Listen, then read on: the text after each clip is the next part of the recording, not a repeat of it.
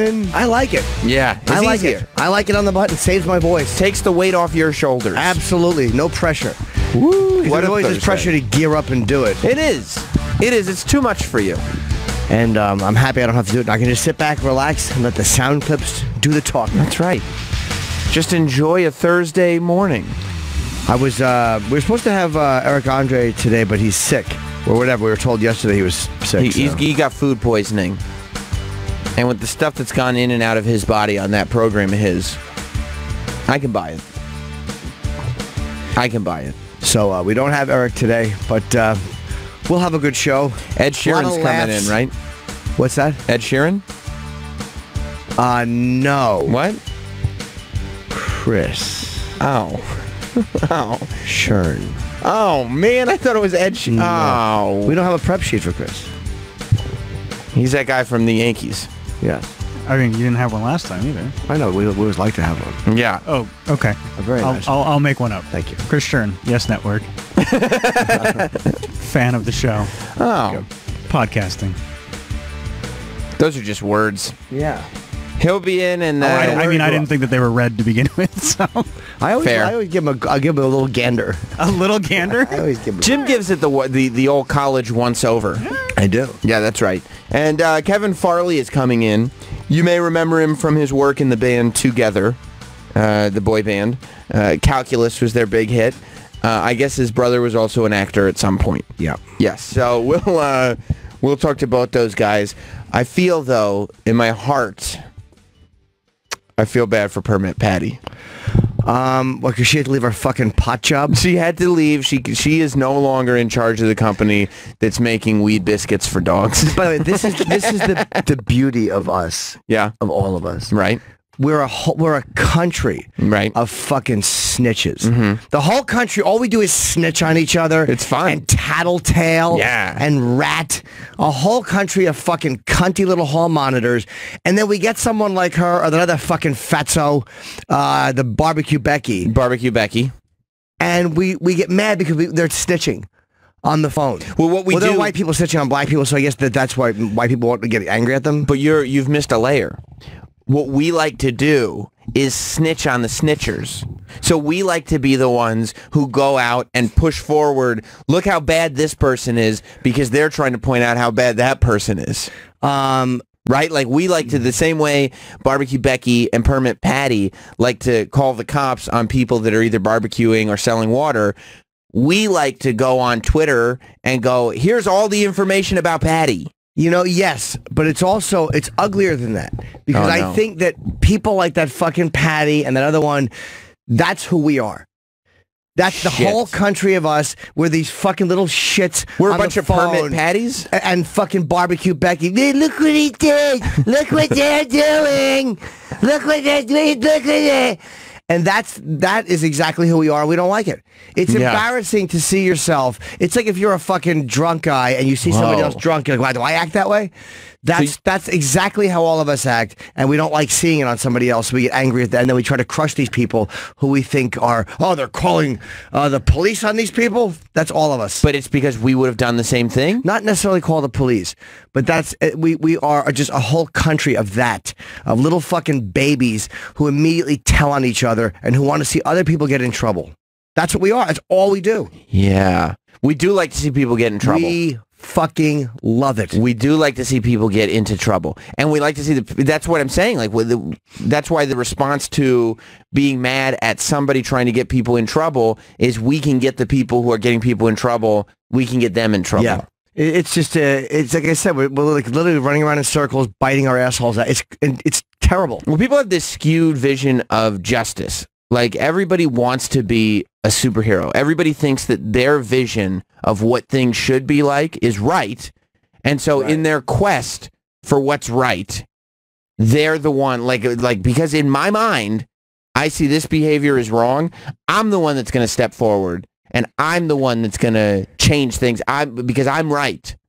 There's no sort of like, well, people have different perspectives, and I think this is right, but that's just my opinion, so maybe I just go about my business. That doesn't occur. Right? I think, well, this is right, according to me. It makes sense in my mind. That's what it should be. But it's funny that and I'm going to punish if it's not. But it's funny that it's come to this.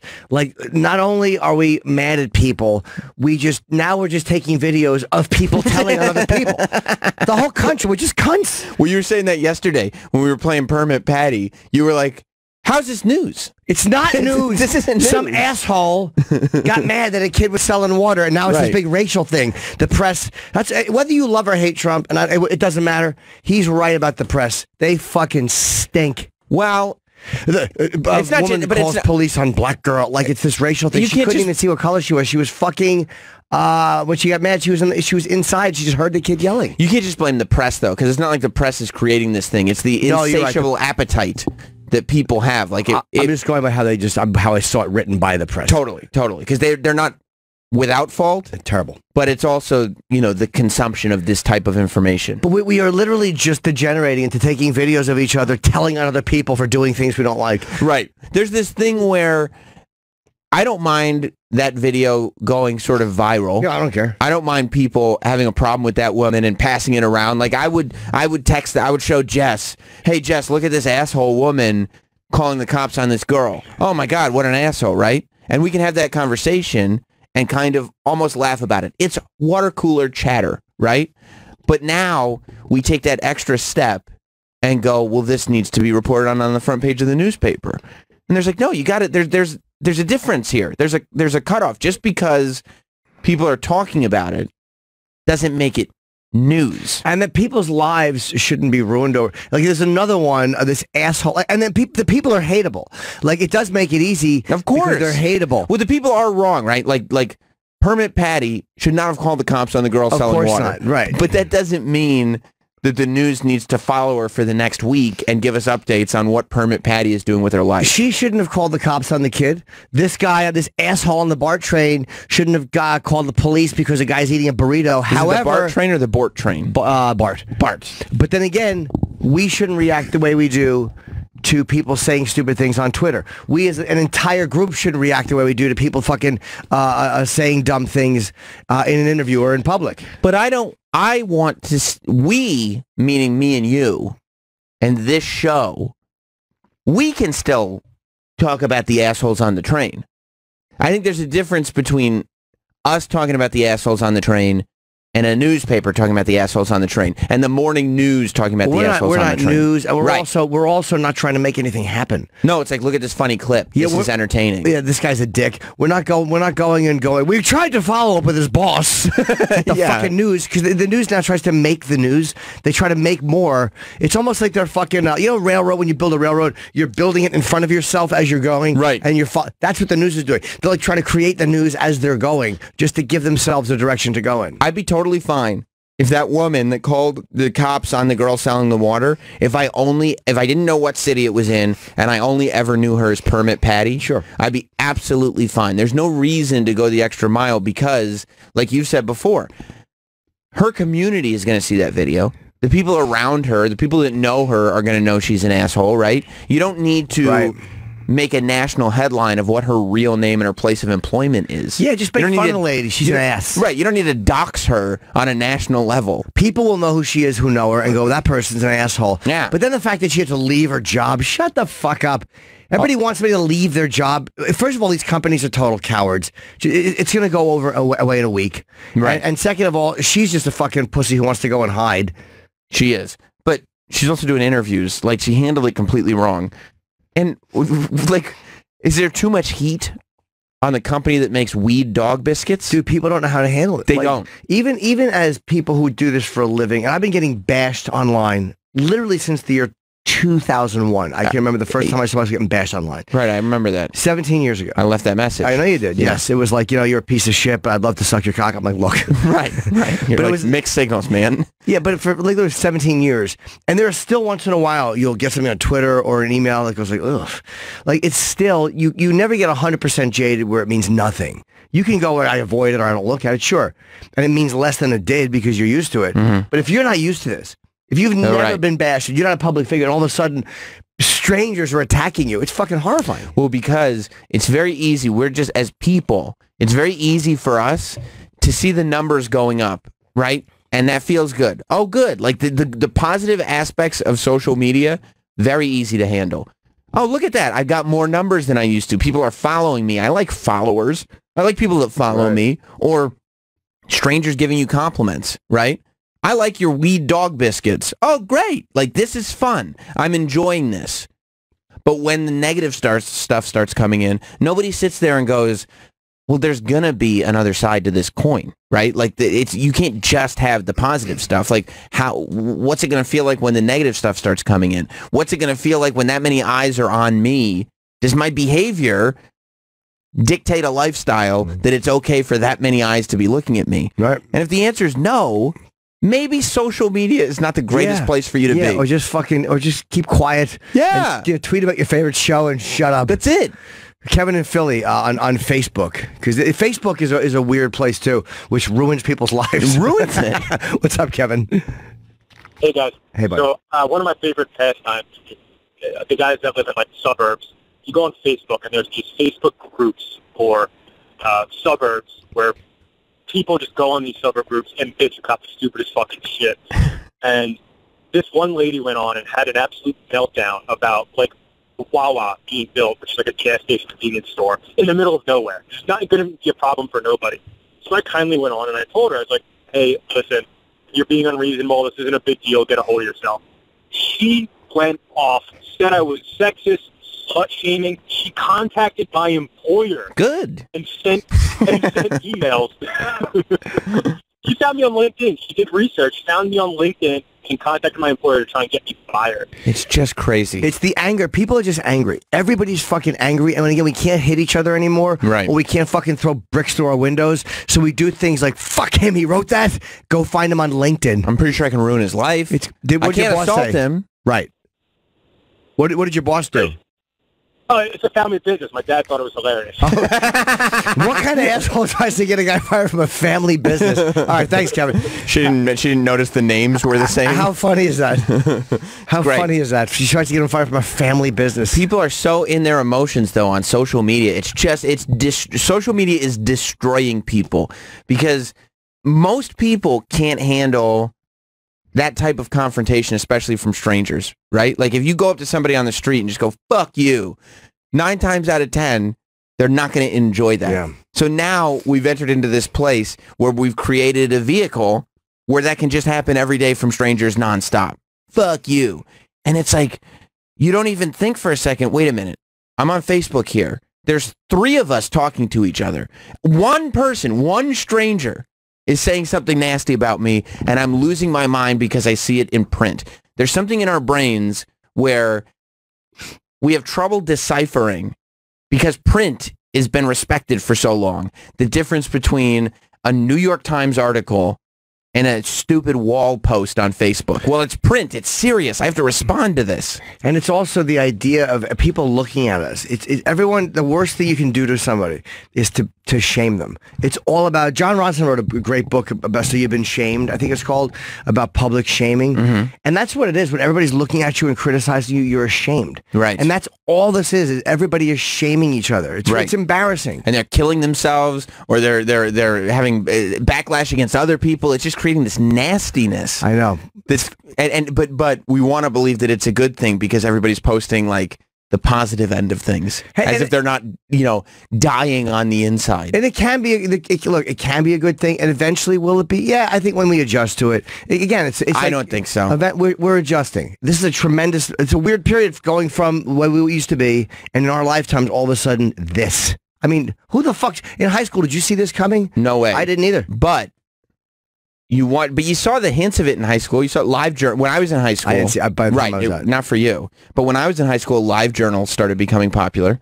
When I was in college, MySpace started becoming popular, and it's coming back, by the way. You think so? Yeah. Are you an investor? You bet I am. Everything I own. Justin Timberlake put a whole bunch of money into MySpace. Was that smart? No. He thinks he's the guy from the Facebook movie. You just played the guy. You're not actually the guy. Well, did he put a lot of money, or did they just use his face? No. He was a big investor. How are they doing? Not too great. Not too great at all. But I think that social media, we're trying so hard in this anti-bully culture to lie about a lot of the ugliness that is true about human beings. And social media is like in this battle with itself, where on one end they're trying to maintain this lie that humans are actually great beings, but at the other end, all of the ugliness is getting exposed, and it's getting exposed in print, and it's getting exposed for everybody to see. And that's why I don't see it becoming this positive thing, because we're trying to lie more as the truth is becoming more visible. What I mean by positive, maybe not that, but the idea that everyone is kind of just saying everything, and we're all seeing what everybody else thinks. But we should be giving a fuck less. And we're having the amount of access that we're getting is making us just give a fuck about everything. I think for now, while we're in this period, while we're getting used to it. How long is the period, do you think? I have no idea. I literally don't know. Yeah. I have there's no frame of reference for it. I have no clue. But I know that our generation is fucking not handling it well. No. From having no information or just what somebody told you to all of a sudden this. And then it becomes a national story, by the way. But it does equalize things. It's a great equalizer. Woo! Because fucking this lady and that big fucking dumb fatso who was calling on the barbecue Becky. Yeah. And also, it doesn't matter if you're Roseanne or if you're a fucking an activist or if you're a politician. Everybody is taking it in the ass on social media. You're right. And it's amazing because it used to be just people like us in this profession in entertainment that we kind of always had this pressure in the back of our brains going, at any moment I could say something that gets misconstrued and that's the end of it, right? Then you've seen it happen 100 times, you get fucked, you're out, right? Now, and I don't think people have fully realized that it doesn't just apply for entertainment anymore. We're seeing it all across the board, and it's a lot easier for it to happen to people who aren't in entertainment because they're not public figures. And we can just get them away and never think about them again. Or they just panic before they have to. Right. So if you wait a few days, it'll go away. But they don't wait a few days ever. And it might pop back up, but it's not going to crush you because it's just a bunch of people getting annoyed. Yeah, at the end of the day, if you wait a year, if you wait 6 months, whatever it is, you wait a month, everybody will forget.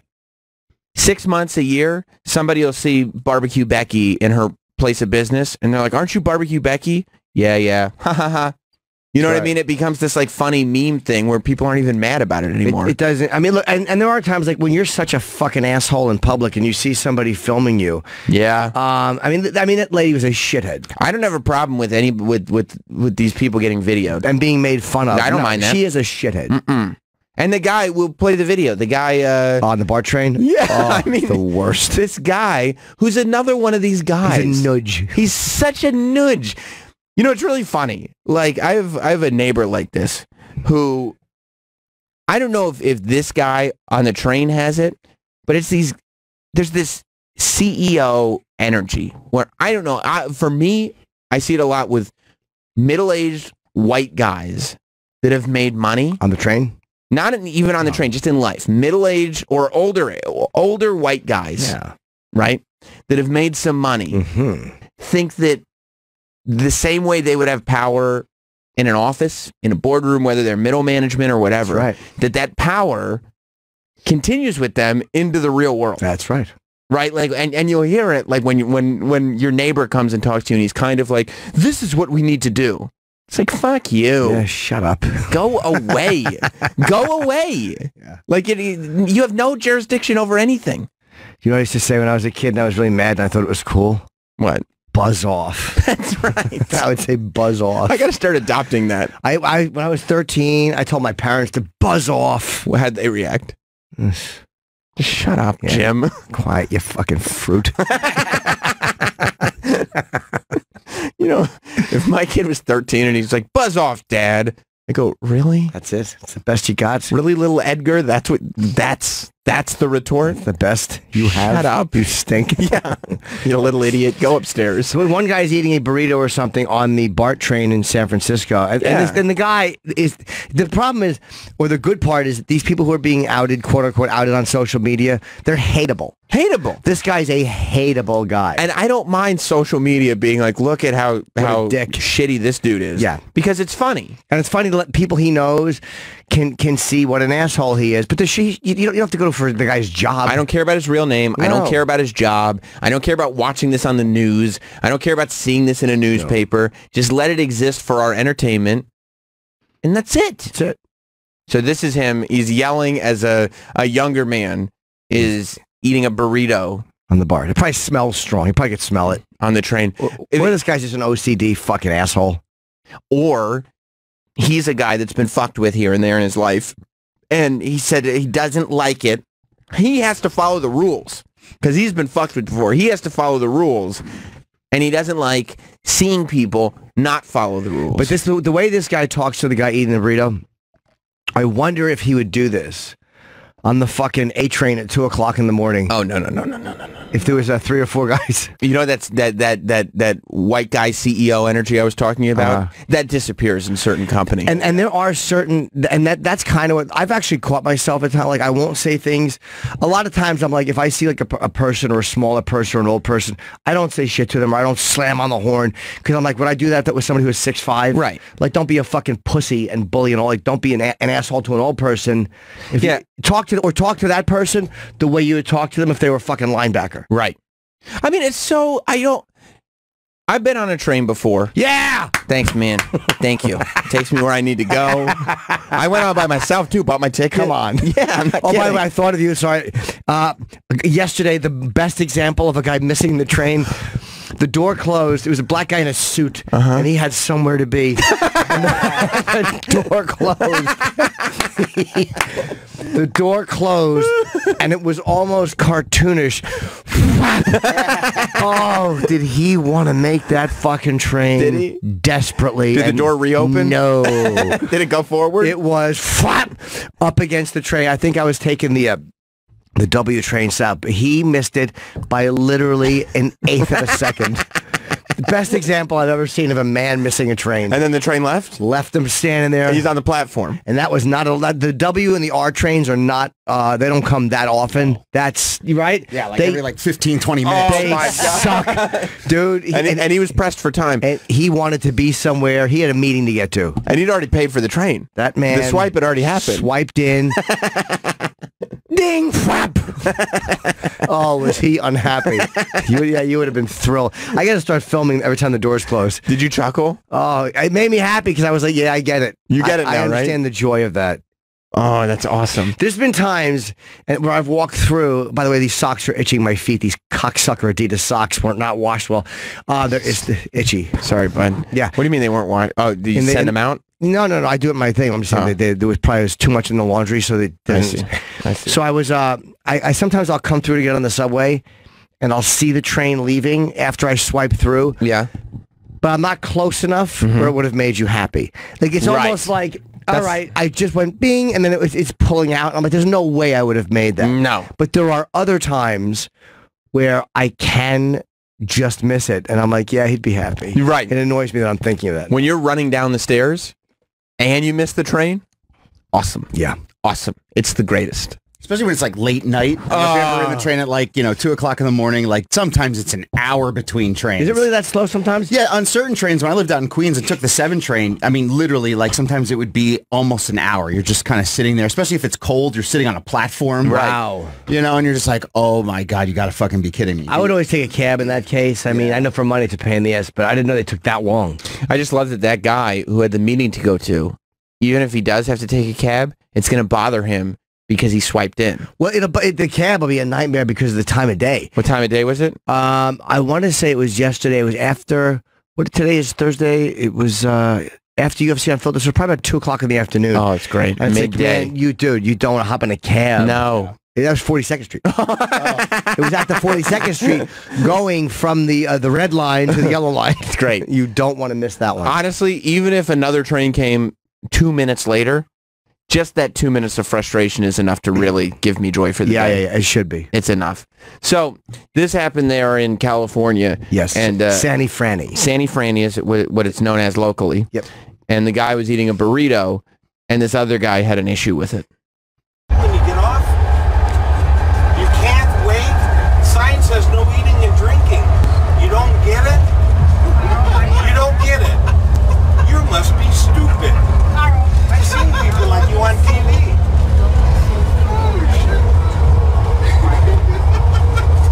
I tell you what, I'll get the police on board. How about that? Excuse me. Calling the police now.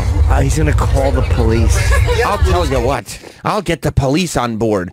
You must be stupid. I've seen people like you on TV. Like literally when he said you must be stupid. If you're asking a guy not to eat in the train, you're a dick. But when he said you must be stupid, I've never wanted to see a fist fly into a face so badly. It would have been very satisfying. How great would that have been? Do you remember the way the guy in the 8-ball jacket went, "Shut up, you bitch," and she was hitting him with shoes, and he finally had enough, and he was right to hit her because she hit him first. Right, multiple The way times. he slapped her. I would love to have seen that guy's hand come out and slap the glasses off this guy's face. You stupid bitch! And slap this guy's fucking Just face. knock his glasses off. Oh, With his dumb Tommy Bahama shirt. he's wearing glasses. He has sunglasses in his pocket. Him and that fucking barbecue back there are hateable people. What about Permit Patty? Not You're quite still- as hateable because Yeah. I've seen her interviewed after. She's less hateable because I know her life was fucked up because of it. And I saw her and she goes, no, it had nothing to do with that. I didn't even see what the kid looked like. I was just asking. The mother told me. I had some type of explanation after, so she's humanized a little. I see. And the guy eating the burrito has the best attitude because he's just like, fuck you. Yeah, Like, exactly. like, you know what I mean? Not even feeding into it at all. The Don't you wish shot. this was like a Bernie Getz situation where the yeah. guy would have stopped calling the cops and you heard gunshots ring out? The shot, we'll tweet the video out at Jim and Sam Show. The shot is from behind, so you can only see the back of the burrito guy's head. But you can clearly see when he's like, don't you get it? You can see his head go down. Clearly he's eating the burrito as this guy's talking to him. Oh, he doesn't care. He doesn't care at all. He just, throughout the entire video, he doesn't say one word. He just eats his burrito. And it's great because the whole train is on his side. They're all laughing at the guy. They're laughing. One guy is saying, enjoy that shit. Eat that burrito. They're all on his side. They don't care about this guy. No, they all know he's a complete tool bag. He's a complete bag of shit. He totally is. Let's see what happens to him. Can we get a policeman on board here? We got somebody dining in the first Because car. it sounds like he says dying. Number 356. He's dining, eating on the train, Thank you very much. You think the operator is just like, what a fucking asshole? They're all laughing at this dickhead. Yeah.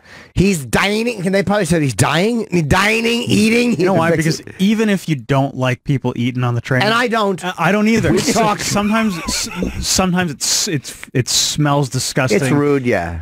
Nobody is ever gonna really call the police. No. So even if you don't like people eating on the train, you still hate this guy. And you deal with it. Because he's mind your just own a fucking business. narc. Eating on the train, he's a narky cunt. Eating on the train is shitty and it smells. But sometimes you're on the way. You're never gonna call the police. No, because guess what? No. When you get off the train, all the frustration and worry in the world that you had on that train magically drifts away. It's over. Nobody because says, the train ride's done. I'm calling the police. It's like if that guy stood up and said, "If you eat that burrito, I'm gonna fucking tie kick it into your teeth," I would respect him. Yeah.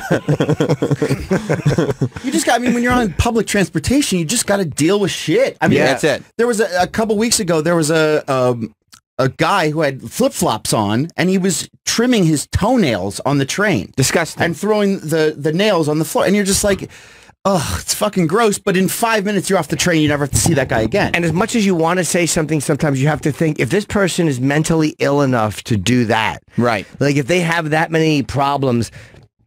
I just watched a video yesterday where you watch these things where you think, I should just get up and hit the guy. And it's just two guys in Philly, two white guys, and there's a bunch of black guys around them egging it on. And they're fucking fighting, and they're, they look drunk. And they're in a headlock, and then the one guy bites a huge piece of the other guy's ear off. Like in the fight, he's ripping his fucking ear off. You don't know what you're messing with sometimes. But then the guy who bit the ear is on the bottom, and the other guy's and it's like now you have a guy on top of you whose ear, or I told you on the one subway fight, so a guy's lip got bitten off. Right. Like there's psychopaths out there, or there's just people who are desperate and they get a hold of you and they bite you. Like, who the fuck wants to deal with that? It's really interesting. I was on a subway once late at night, and there were people some young men in the back of the car being very, very loud. And I was cranky. I was tired. It was late at night, and I was annoyed. And so I looked back at them, and the young men in the back of the car, they were African American young men. Being loud? They were loud, but they were also, they had racist, huge wads of cash that they were counting out with each other. Really? And I'm looking over Bunch there. of bankers making noise? Right. And then they look over at me because they notice I'm looking at them. And the one guy made eye contact with me. And you know what I did? You probably said, hey, keep your fucking mouth closed. I actually decided a different tact. I kept to myself and got off at the next stop. Did you? Oh, yeah. Did he say anything to you? Not a word. He looked right at me, though. And I was like, well. Did he look away? Did he? Yeah. After I looked away? Yeah. No. Oh, he didn't look away. You looked away first. I looked away first. Were you supposed to get off at that stop? No.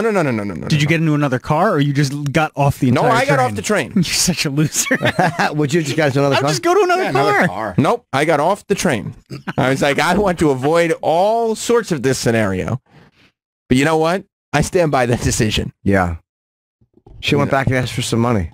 Is that for anybody? Have some money, Can I have some of that? please. Yeah. Why you guys got so much cash? Just for the whole car? Yeah, exactly. Can I have 100? You know, you should put some of this in the bank. Why you could just use debit cards and stuff? Why do you have so much? Is there anything worse, though, when you're in public and you're watching older white people try to bond with younger black people they don't know? It's the fucking worst. Just placating. You ever see that? Yeah, and they start trying to talk black. Oh, it's like, shut up. Just talking down and like, what are you doing? Just hush. Just fucking hush. Keep to yourself. Yeah. Keep it clam up, Ofe.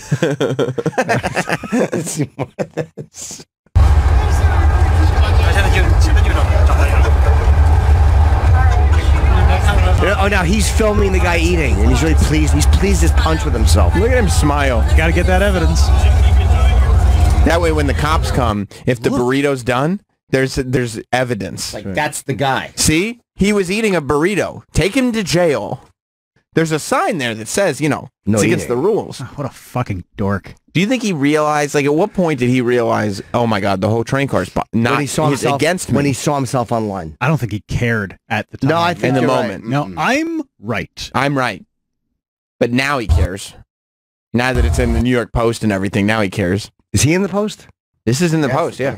Oh my God, yeah, this is everywhere. There's a Post, the Daily Mail, Fox News, Because everywhere. he's just such a dick. Yeah.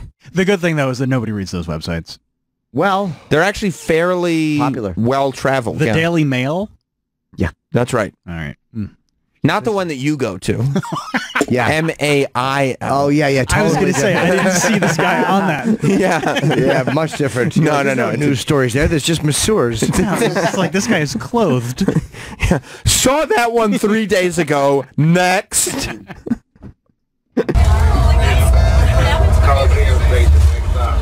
Doesn't ride bar very much.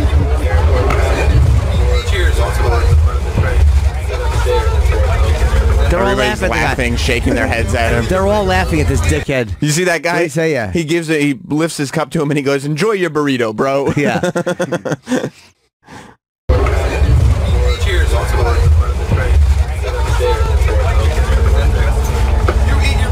You eat your burrito. Yeah. You eat your burrito, bro. He's getting off anyway. He finished. He's done with his lunch. Yeah. But he doesn't even say anything shitty to the guy. Like, He handles it in the best way. He's probably a real good dude, that guy. yeah. Like, if right now, if he took the heel of his foot and literally broke this guy's orbital socket, I'd be on his side. Just with his back to him, just a donkey kick. Oh, really hard one. Knocked his glasses off and broke his orbital sockets. I wonder who he's talking to. On the phone? No, the guy, he's sitting next to someone. He's a woman. Just some woman sitting. Is he with her or is he probably a stranger? It looks like I don't like when they eat. You see what I did there? Whole car smells.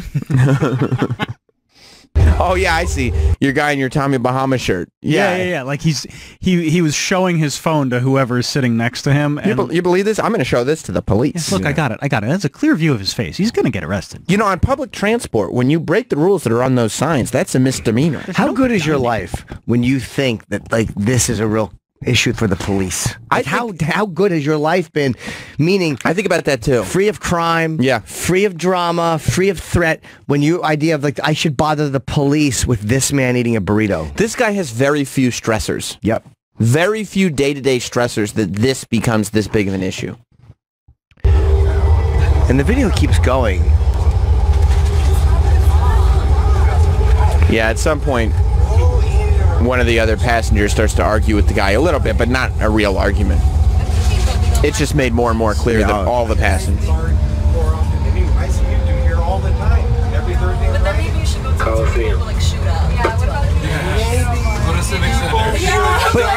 But you know what? I'll say this about San Francisco. It's a fairly civil place. Because even this whole incident, where people do get cut with razors over train incidents, this is just a middle-aged guy kind of being a dick, and he's being annoying, and he's being rude, but he's not threatening the other guy, and nobody's threatening him. They're just people just going like, "What do you want? You relax, dude." They're seeing the humor in it too. They're seeing like how ridiculous the whole thing is. Yeah, and he's just a fucking ass. Yeah, and it's good that the guy no-sold him. The guy eating the burrito? Yeah. Just no reaction whatsoever. Definitely the right move, just to add insult to injury. I don't think you would have made that move, if I can tell you the truth, Troy. Now I probably would. I was, I used to be a bit of a hothead. You know, you look for a confrontation like this, you know, like, all right, well, I'm going to fuck with this guy then. You would, yeah. I mean, maybe not anymore, but there was a time where you would be like, okay, well, now I'm going to fuck with you for the rest of the train ride. You know what? Now it's like, I have so much shit going on. Exactly. You know what I mean? You're just like, this guy's gonna be out of my life in 5 minutes. Yeah, I don't need to make today about this train ride. Right. Yeah, I would have told him to chillax. Cool, man. You really would have warmed up to a lot of the millennials. Yeah. Chillax, dude. That's cool. I don't have a cow. Oh wow, that's even more relevant. Yeah. Like he's not our This is where I want to see one of those videos, like when in Brazil in the favelas where they catch you stealing, where 5 guys drag you somewhere and they break every finger with a board. This is where I would love to see this morph into a Brazilian favela thief caught video. It wouldn't upset me. Really wouldn't upset me. I don't speak Portuguese, but boy, when they catch a thief in a favela, stealing in those countries or stealing in Africa where people have nothing, that is a tremendously punishable crime with violence. Isn't it interesting that like when you find out a guy stole, like there are reasons to steal sometimes. Maybe you're trying to feed your family, maybe you have nothing. But when you see a guy just being a shithead on the train and calling the cops for no reason, it becomes so difficult to muster up sympathy for him. No, and you want to know, though, like, when you say you don't want to know their real names, I always want to know their real names, but I don't want to see them, because of my own curiosity, I don't want to see them in trouble. Like, I never want to see, like, that's the next, you can't know their real name without them getting in trouble. 100%, but I never want to see them get in trouble. I just want to put a name and a life to who this person, and then you go, oh, okay, that's who this person is. I'm fine with him being a meme. Yeah. Just forever. I always like to know who they are. Like, I don't care if he's fucking Tommy Bahama Bob. I don't know. I don't care. I don't care. Policeman Paul. Yeah, whatever you want to call him. I like the way that sounds. Well, second part. I don't know about the first part. Get the car. Okay. Going to jail. Okay. I got to trip it. For stealing hearts. Oh, God. That was really a bad way to end it. You stole my heart. No, I know. I got it. And also, that was bad, man. That was really bad. Hey. Trip in Orlando. Hey, guys. Hey, Trip. I wanted to say, like, all these assholes that, like, complain about other people, and these are the people that are out there, like, marching, like, there's white privilege exists. You know, those are the only people, when your life is so fucking privileged, you bitch about this petty horse shit. That is white privilege. Like, but that's the only people that it exists for, is when you are so privileged. These are the same people complaining about that privilege. Oh, meaning that if you have... But their life is... Yeah, I get what you're saying, that the people who have white privilege are the ones complaining about white privilege because they've got enough privilege that they can complain about stuff like that. Right. I got you. And by the way, I would have donkey kicked this asshole. hey, I'm not your son. I'm not your fucking employee. Buzz off. There you go. Ooh, you would have really hit him. Yeah, that's what. Thanks, buddy. That's what. It's these guys that they go out there and they think they have some authority. Yeah. Over anybody in the world. Do you think that guy would have said that to those young gentlemen being loud in the back of the train when you were there? No, I think he probably would have adopted a similar strategy. Although you never know. Some people are so fucking stupid. That's true. They think... It's like, you know how there's some people, like with a professional fighter, like a boxer or whatever, you know that guy, if you say something to him, is probably not going to hit you because he's a professional fighter. He has a lot of money at stake. Mm-hmm. There's a lot to lose for that guy if he hits you. However, Mike Tyson does not have that barrier. No, he doesn't. He almost knocked out Don King the other day. He threw a fucking drink on him. Yeah. And Mike Tyson will, in an altercation, hit you. and people got to know that. But he'll only do it if he has a reason, like because you're a piece of shit, because you're a piece of shit, you fucking piece of shit, because you piece of shit. But you know what I mean? There's a different, and that's like sometimes people think there's a barrier, and then they realize truly, oh no, there's not. Right? Yeah, I think I'm protected, but then you realize, wait a minute. This person doesn't respect the same barriers I do. I have stepped into this person's face, right? And this person is willing to take the consequences. Like, you remember in Casino when Pesci goes, "I'll fucking crack your skull open. I don't give a fuck about jail." Like, that's when you realize you're dealing with that, like where a guy doesn't care about the consequences of striking you. Right. Then you're like, oh shit. Oh fudge. Madam, thank you very much. Okay, he's shouting at the intern. Yeah, that's when you go. Oh, nerds. Yeah, oh, for Pete's sake. How do I get out of this one? There's 6 of them. This isn't good at all. These are not my neighbors. No. And you're right. There is this thing. Hold on, wait, what? Hold on, what? I didn't hear what you said. What? Hold what?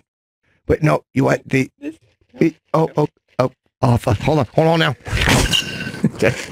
Thank you. You're scaring her. Why? She's taking my beverage. Thank you very much, Veronica. Oh, Oh, jeez. She's still okay. Now she's gone. Did I get her? Yes. Yeah. That is a tough one too. Yeah. She just kind of stood there. Yeah, that energy where you think you've got authority over people. Yeah. You never know how far it extends, and I'm sure that guys like this get themselves into trouble a lot. You know what I mean? Because they just don't know who they're talking to. They think that they have authority over people, and they just don't. And there are times in real life where you can say something to somebody, and then there are times in real life where if you say something to somebody and they deem it out of line, they're going to strike you. Yeah. I'm not saying that's right, but that's the way it is when you walk through life. There are people who will strike you. Like, a lot of times people think they can say whatever they want to me, and they don't realize I will fuck someone up. That happens to women sometimes too. That sounds. That's like what the one you were just talking about, where like sometimes women will just go up and start smacking guys and shit, and they're like, "You're not gonna hit me. I'm a woman." And then the guys just every now and then. Did it sound, when I said I'll fuck somebody up, did that sound? Did you notice I didn't comment? Good. Troy didn't comment. Neither did Travis. Because it sounded like I'll do that shit, I right? certainly did. Okay. Oh, by the way, here's a great example of it, even though the video is not great. The video that we have in the prep of the guy who has dog shit thrown on him. Oh, yeah, the video and the audio are not great, but the premises. The woman is, I guess, the video starts late, but I guess the gal does not curb her dog. No, she does not. And the man is none too pleased about it. So she fucking, she like, the guy's yelling at her, pick it up. And she picks up the dog shit and she throws it at the guy. And he tells her, if you do that, I'm going to punch you. Mm-hmm. And he fucking punches her. And he's right to punch her. Yeah, I mean, if somebody throws fucking dog shit at somebody, fuck you. Yeah, if somebody throws dog shit at you, a human to another human, you have to believe you're going to get hit. That's an assault. If you spit on somebody, it's an assault, brother. Spitting on somebody is assault. Right. Technically, that is assault. So this is absolutely assault. The germs and dog shit. It's just the humanity, the laws of being a person. If you throw feces at another person, yeah, that's a monkey thing. You might get hit. That literally is, that's 100,000 years ago as human. Right. Where you fucking just shit in your hand and throw it at somebody. Now, do you think primates, if a female primate throws shit at a male primate, does the male primate go like, oh no, it's a woman? I know they probably fuck. The monkeys do weird shit with their duty. I mean, I don't even know if they necessarily take it as a big insult or just, get out of here, you. I can't stand it, personally. Yeah, I don't like it. Depending on situations. Always. That's it. He's a big guy. They're stomach to stomach.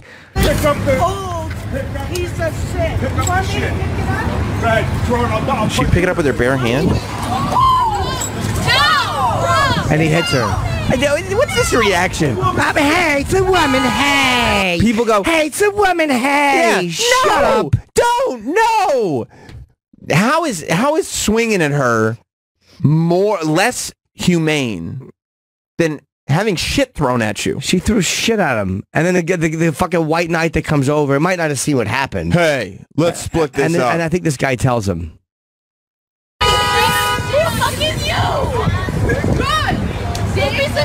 Yeah, now she's gonna call the police. Fuck you, lady. Forget it. You pick up dog shit off the ground and throw it at a man?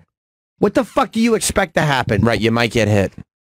You might get hit if you throw shit at someone. Especially if he tells you, I'm gonna punch you if you do. Do not pick up dog shit And the fact that she just left her shit there, and she does leave it there, she's a fucking scumbag, this lady. It never ceases to amaze me. What a self-centered scumbag. Yeah, when people live just consequence-free. Yeah. Just complete self-centeredness, where you don't think about, like, would I like it if another person was doing this? Well, and even the thing is that the fact that she allowed this dumb little dog, the dog's not even looking at her, the dog's like, oh, she's a cunt. But poor dog, and by the fact that the dog, she would leave her shit there in a very public place. That's like a square where people gather, and then she picks it up, I don't know if with her hand or something. It looks like it's with her hand. Look at the way this wonderful woman just drags the dog around, too. Yeah, but the fact that she would do this and then wonder why a man would punch her for it. Right. I wonder if that dog uses any of those weed treats. I hope so. Isn't it funny, too, that like a woman that would call the police on an 8-year-old girl selling water, like, she has a pretty liberal Shouldn't you have a more profession. chill? You have a more chill attitude, right? How stressful is it selling fucking? She's like, I couldn't work.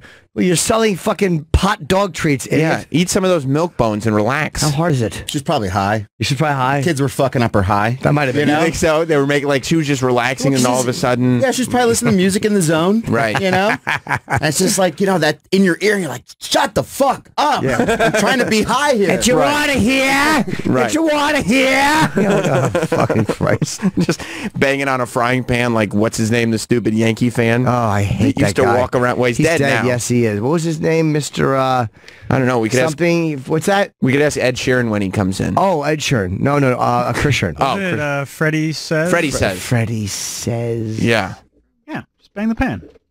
You bing, bing, bing, bing, bing. See, get your water. Bing, bing, bing, bing. Maybe what Jim didn't understand is he would just walk around, banging his pan, but he would let other people do it too. Oh, that's kind of cool. Fun. Yeah. That's fun. He's 85. Yeah, but no, he died in 2010. Wow. He wasn't 85. He did it for more than a year? Yep. How many years did he do it? Long time. I remember when the new Yankee Stadium opened, there was a whole thing because they would just let him into games because he didn't sit. He just walked around. Oh, just make him buy a ticket. Yeah, and I think that I think when the new Yankee Stadium opened, they weren't going to let him in. Good. But then there was like a whole uproar because, Freddie says. Well, maybe it was for the playoffs. I don't. There was some issue where they weren't going to let him in, and everybody was like, "You got to just let Freddie in." World Series, yeah. Freddie says. I would have sided with the Yankees. I would have sided with the Yankees on that. Yeah. No, he can't come in. No, buy a fucking ticket. Yeah, Freddie says. But he was just like a mascot, just walking around. By the way, maybe if you had done something with your life beyond hitting a frying pan with a spoon, you'd be able to afford Yankees tickets. Exactly. Yeah, stop buying those poster boards. When did exactly, and your goddamn markers. Since 1988. It wasn't like he was there since DiMaggio. Fucking asshole. Since the 80s, big deal. Yeah. Yeah, it was only 20 years. Yeah, exactly. Watching Don Mattingly fucking play for a fucking lousy team. Yeah. When was Reggie Jackson? 77. Yeah, so he missed that by 10 years. Exactly. 12 years. You're right. He had a cool sign, though. Freddie says, Yanks are not quitters. Fight on. Yeah, but see, he would have different signs all the time. Oh, he would? Yeah, so you never knew what he was going to do. But he has exclamation points, the sign of a true idiot. You ever see somebody on Twitter who uses exclamation points? You don't like an exclamation point? Yeah, no, I don't. I don't. Really was. He just sit there. Boo. Watching Don Mattingly. See, look, there's all exclamation points. Play ball. Go Yankees, go. And then people, because that's what Freddie says, they make their kids take a picture with him. Kids like, who's this fucking old guy? The road over there. The road to 4-4 Pete starts today. What's 4-4 Pete? 4-4 Pete is for the road for 4 Pete, to win 4 times in a row. But it says FOUR, the road 4-4 Pete. Oh. All exclamation points. Yeah, it says the road. No, it says the road to 4-4 Pete.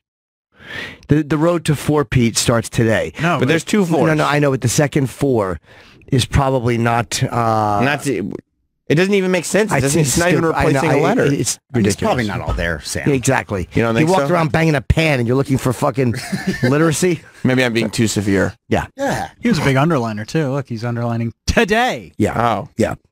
Yeah. Fights on. Who made those signs for him? He wasn't making them himself. Opening day. It's for his daughter. Yeah. I can't go in. Yankees say, I can't go in. Must buy ticket. Yeah, good. So buy a ticket. Exactly. God damn. We should all have signs like that. Yeah. Yankees say, I can't go in. Must buy ticket. That applies to everybody who's got tickets there. Who the fuck are you? First of all, you're making noise. You're ruining the game for everyone. Just think you're a big star. You think they liked him? No, they didn't. No. Who got excited when he'd walk by? A lot of Yankees fans would. Yanks can do it. I hate his signs.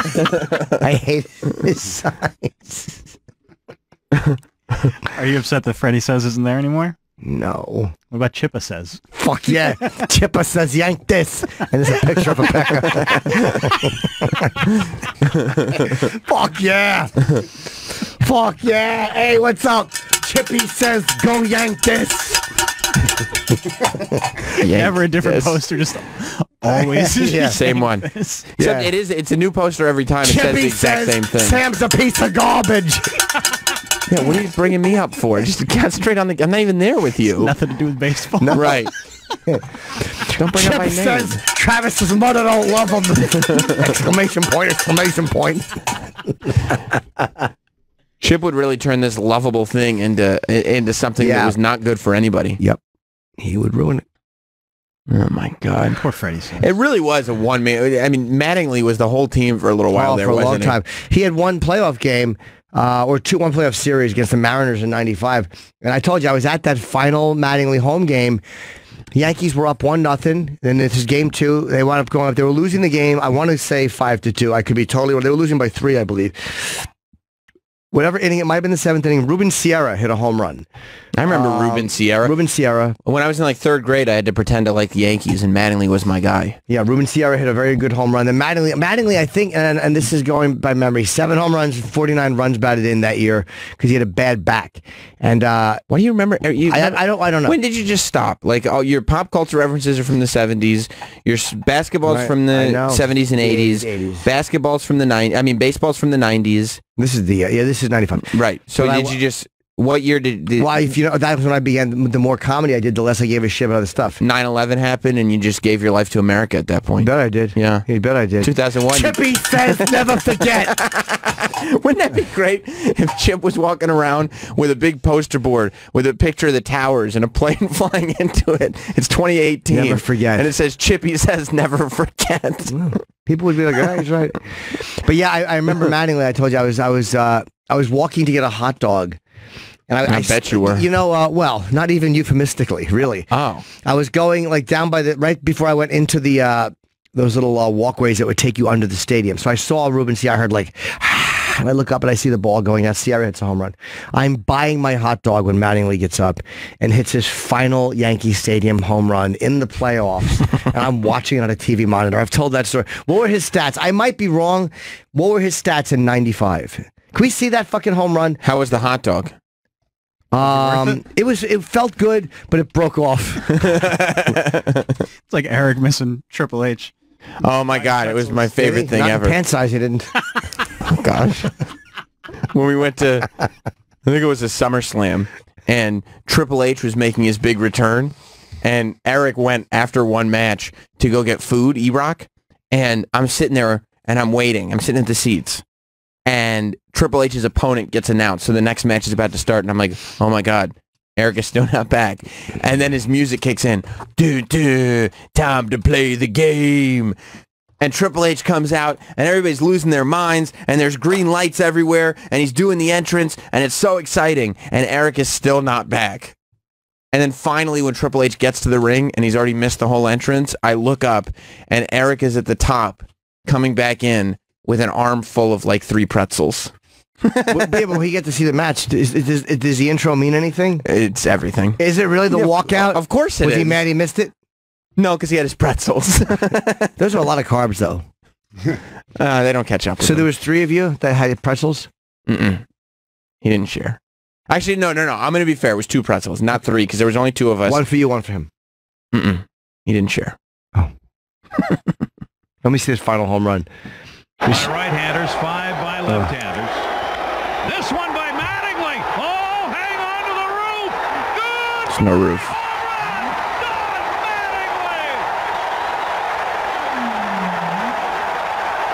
At a full stadium, game 2. Go. By the way, extra mustard. Extra mustard. Relish. What just happened? The stadium went ballistic because the Mariners that year, they had like fucking That was when they had Randy Johnson. They had fucking Jay Buhner, Edgar Martinez. I think A-Rod might have been on that team playing third. They were fucking murdering the Yankees. The Yankees sucked a fucking pile of dicks on the West Coast that year. Could never beat Seattle. And they were about to go up 2-0 in this series. Which was staggering to Yankee fans that they were beating the Mariners because the Mariners beat the fuck out of them. A lot of baseball detail for 23 years ago. So what? It's now what happened? What was the score there when this happened? Who cares? I'm curious. Will the announcer say it? I don't know. Hold on now. I love that you were going to get a hot dog, but I didn't need to relive the... I was just curious as to what the score was. I hate the Yankees, but that stadium was awesome. It's amazing. Those shot. What's better than a Reggie Jackson home run on video there? There's just something that they can't replicate in the new. Just the feeling. You know, Jim Abbott built it with his bare hand. What? Yeah. I thought that was the house that Ruth built. No. Jim Abbott built. Ruth Gordon. Come on and hit a home run. Nope, Jim Abbott built that original stadium with one hand. 9-6 for game one. 7-5.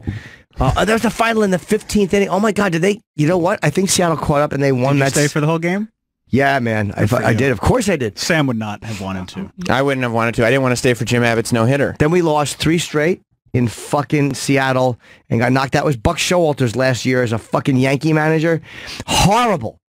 Fucking Buck Showalter. You know there's baseball on today. He's the you could worst. Still watch it now. No, because he was righty, lefty, and I want to say you could just watch. He took out. Which weird memories that he took out Mariano when he shouldn't have been put in John Wetland. I think I don't remember exactly what happened, but I know they blew it. They blew it in 11th inning. They have all new players. 11th inning, 6-5, heartbreaking. I think you didn't like Buck.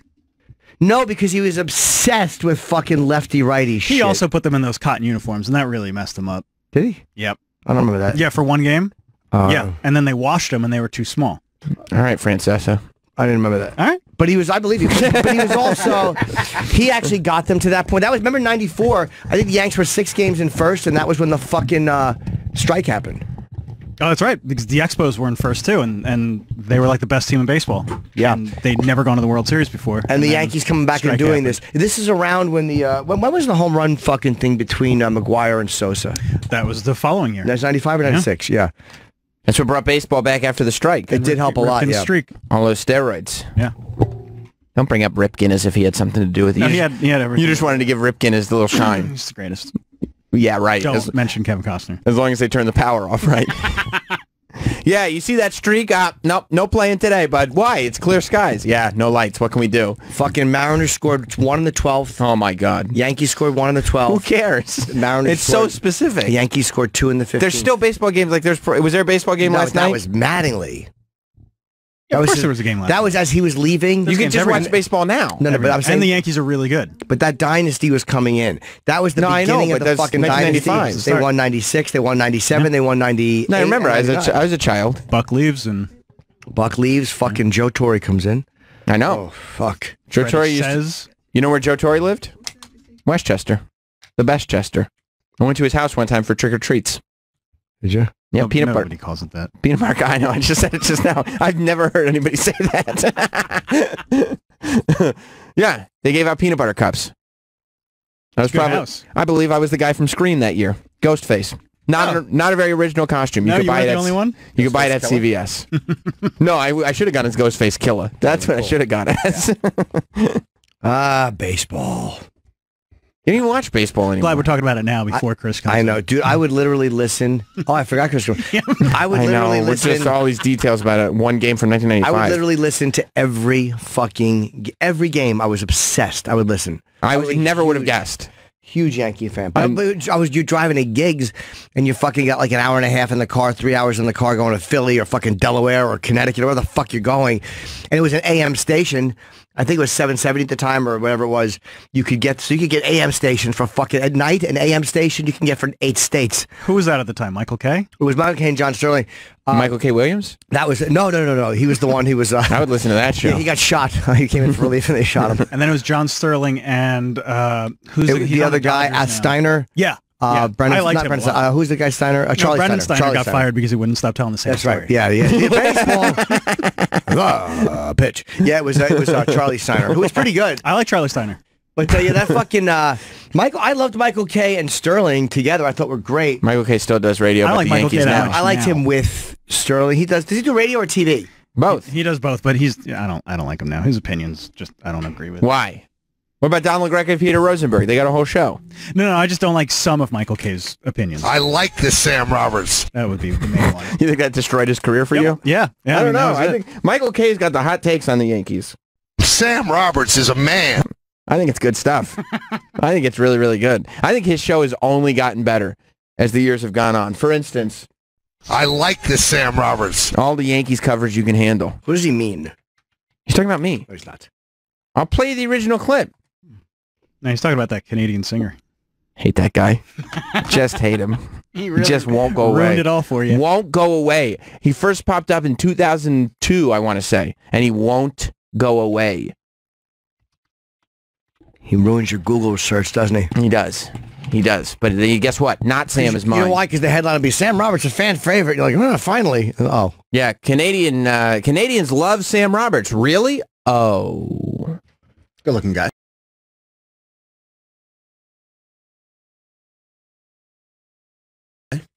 Yeah, good looking, popular. What do you mean good looking? You see Raging Bull when he gets mad? So unreasonable.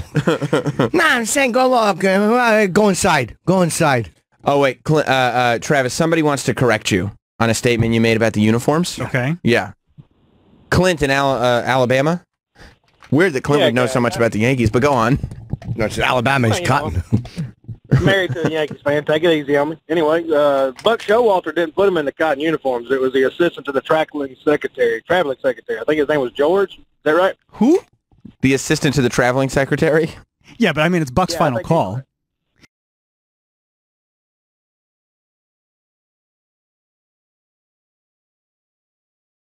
Even if the assistant of the traveling secretary made that decision, like it was Buck's final call. I don't think. Did you get me with a Seinfeld Yep.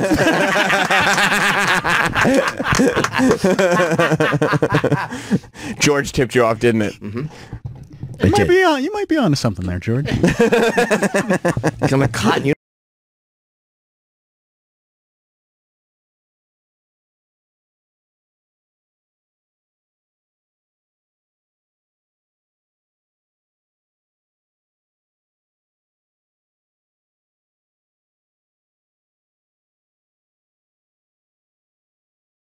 I threw it though and got back to the scores. Well, it could have been something that happened that I didn't know. I think you should do you should come in here on the weekends and do show, but only cover like specific games from the early to mid 90s. I only remember specific games. I don't remember other shit. Just games that were important to me and then I stopped going. Right. But, and the more gigs you're doing, the further away you're traveling. It just how do you just harder stop being and a harder. fan though? If you're a fan on that. Just like, I don't really watch anymore. As time went on, the more athletes I interviewed, the less I enjoyed them. That was true. Part of it is so you started to develop personal dislikes for these people. Not even it's just or less interest in them. And then I also, after Jeter was a dick, it became a little harder, even though I still respect him a lot. So you stopped watching the Yankees? Give you an autograph? No, because he was rude about it. He was an asshole, and I saw him take a picture with some girl. I was like, shut up. These floozies. But whatever. It was. I regretted the way I handled it. I was wrong. But at that time, that kind of made it. And then I started watching UFC, and that became much harder because they were all nice guys. Were you like Homer Simpson in Flaming Moe's bar when he goes, you just lost yourself a customer. You just lost yourself a customer. What's that, Homer? I can't hear you. What? I said... Yeah, bathroom's around the corner. Because it's so busy. Right. Oh, it's so busy. Flaming Moe's. It's Flaming Moe's. I'm Mo. I'm invented. What you looking at, Homer? It's Flaming Moe's. I'm Mo. Hold on, oh my God. Just unprofessional. Wait a minute. Yeah. So I like a nice hot egg. So weird. What a weird thing to say. I don't know if that's ever been said before. Talk about when we get back. I was going to squeeze it into this break, but then we went long with some other stuff. Word them up, Doc. It's kind of in the vein of people getting caught on camera and everything. Yesterday, we didn't play the woman losing her mind on Spirit Airlines. Oh, boy, was she a fucking gem. So I'd like to play that. And I would also, I think we should acknowledge 90-second live read that our president broke into during his rally last night. Okay. You know, I think that also, you know, the fact that he covers all ground. Boy, this Supreme Court justice leaving, by the way, we could talk about, Justice Kennedy when we get back. What a shit time to leave if you're on of that mindset. He probably just says, well, maybe he's sick. He doesn't want to wait 3 years. Mm-hmm. But it's like, wait till you're 85 if you really care about the cause, stupid. Which cause? I mean, whatever the liberal cause is. I see.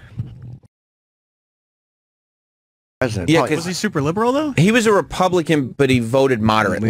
Yeah. He doesn't care. He's old. Yeah, but they're saying that like this, he was enough that it would sway certain votes. Sure. A lot of liberals are very worried now. Yeah, he swayed a lot of important. Wasn't John Breyer a conservative who votes more liberal now? I don't know who that is.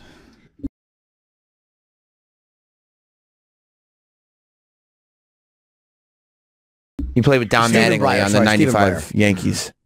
Oh. Is he on the Supreme Court? Yeah. I don't know. Came out with the cotton uniforms. Oh. I know who that is. All right, we'll take a break. Yeah, and hold on. Chippy says BRB. He's dead. He died yesterday. I think he was 89. He passed away. That's right.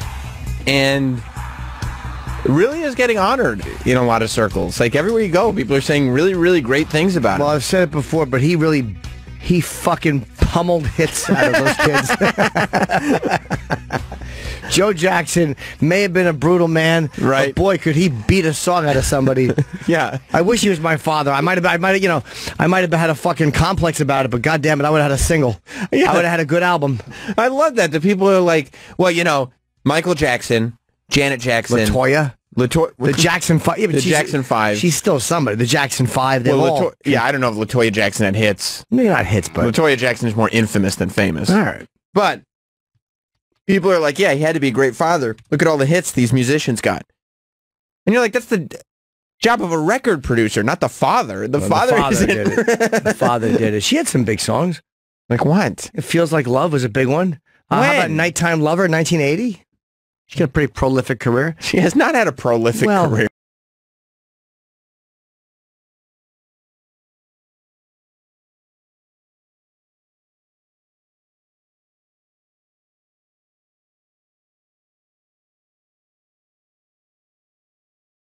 I don't know one of these songs.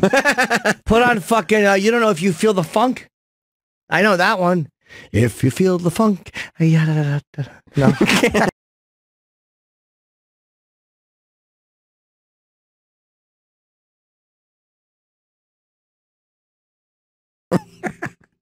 Apparently she wasn't beaten quite enough. No, she wasn't. He probably, she was his favorite. He didn't hit her enough. Right. Let's listen to LaToya. You just jump in the middle there. Let's see what the beat is when it kicks in.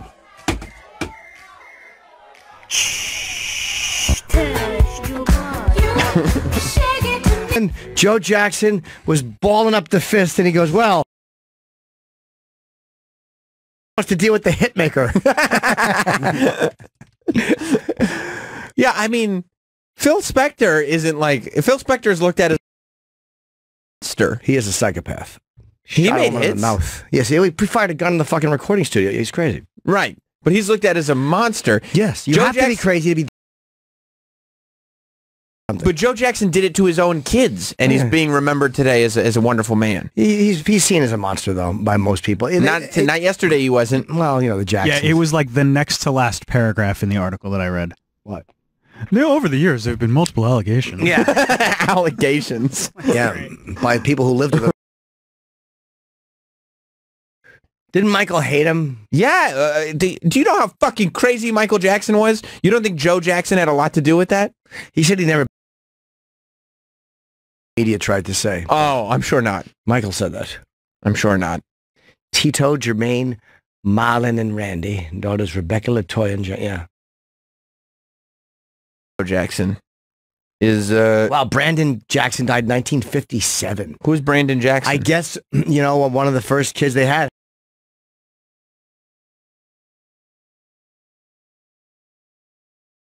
I don't know. You got enough of them. Yeah, didn't they have like 10 kids or something? I guess. Yeah, you cycle through. It's not that big What of a year deal. was Michael born? It's probably before Michael was born. How old was Brandon? Joe Jackson. Yeah. Was he a baby who passed away? I know he one passed. did. Michael Jackson's secret son. Is Brandon Howard Joe Jackson's child? No. The Brandon 1957. I don't know. Dies anything. 1957. I don't care. 1957 and 1957. He was a baby. Oh, he just died. Okay. He died as a baby. Maybe stillborn. Who knows? That's the worst. Well, guess what? He wasn't Same gonna date. He wasn't gonna be as big as Michael anyway. Never know. There's no way you're having two. Oh, he was 1 day old. Yeah. So okay, so Joe wasn't that great of a father. It wasn't his fault, I'm sure. Oh, so he gets credit for the hit records, but he doesn't get credit for losing a baby after 1 day? No, I mean, let's see what the kid died. You can't just give somebody the positives. Well, what the kid die? I mean, it would help to know what the kid. He was 30 when that happened, Joe Jackson. He was an old guy. There are probably complications. What, at 30 to have a kid? 29. No, I'm saying he was an old guy when he died.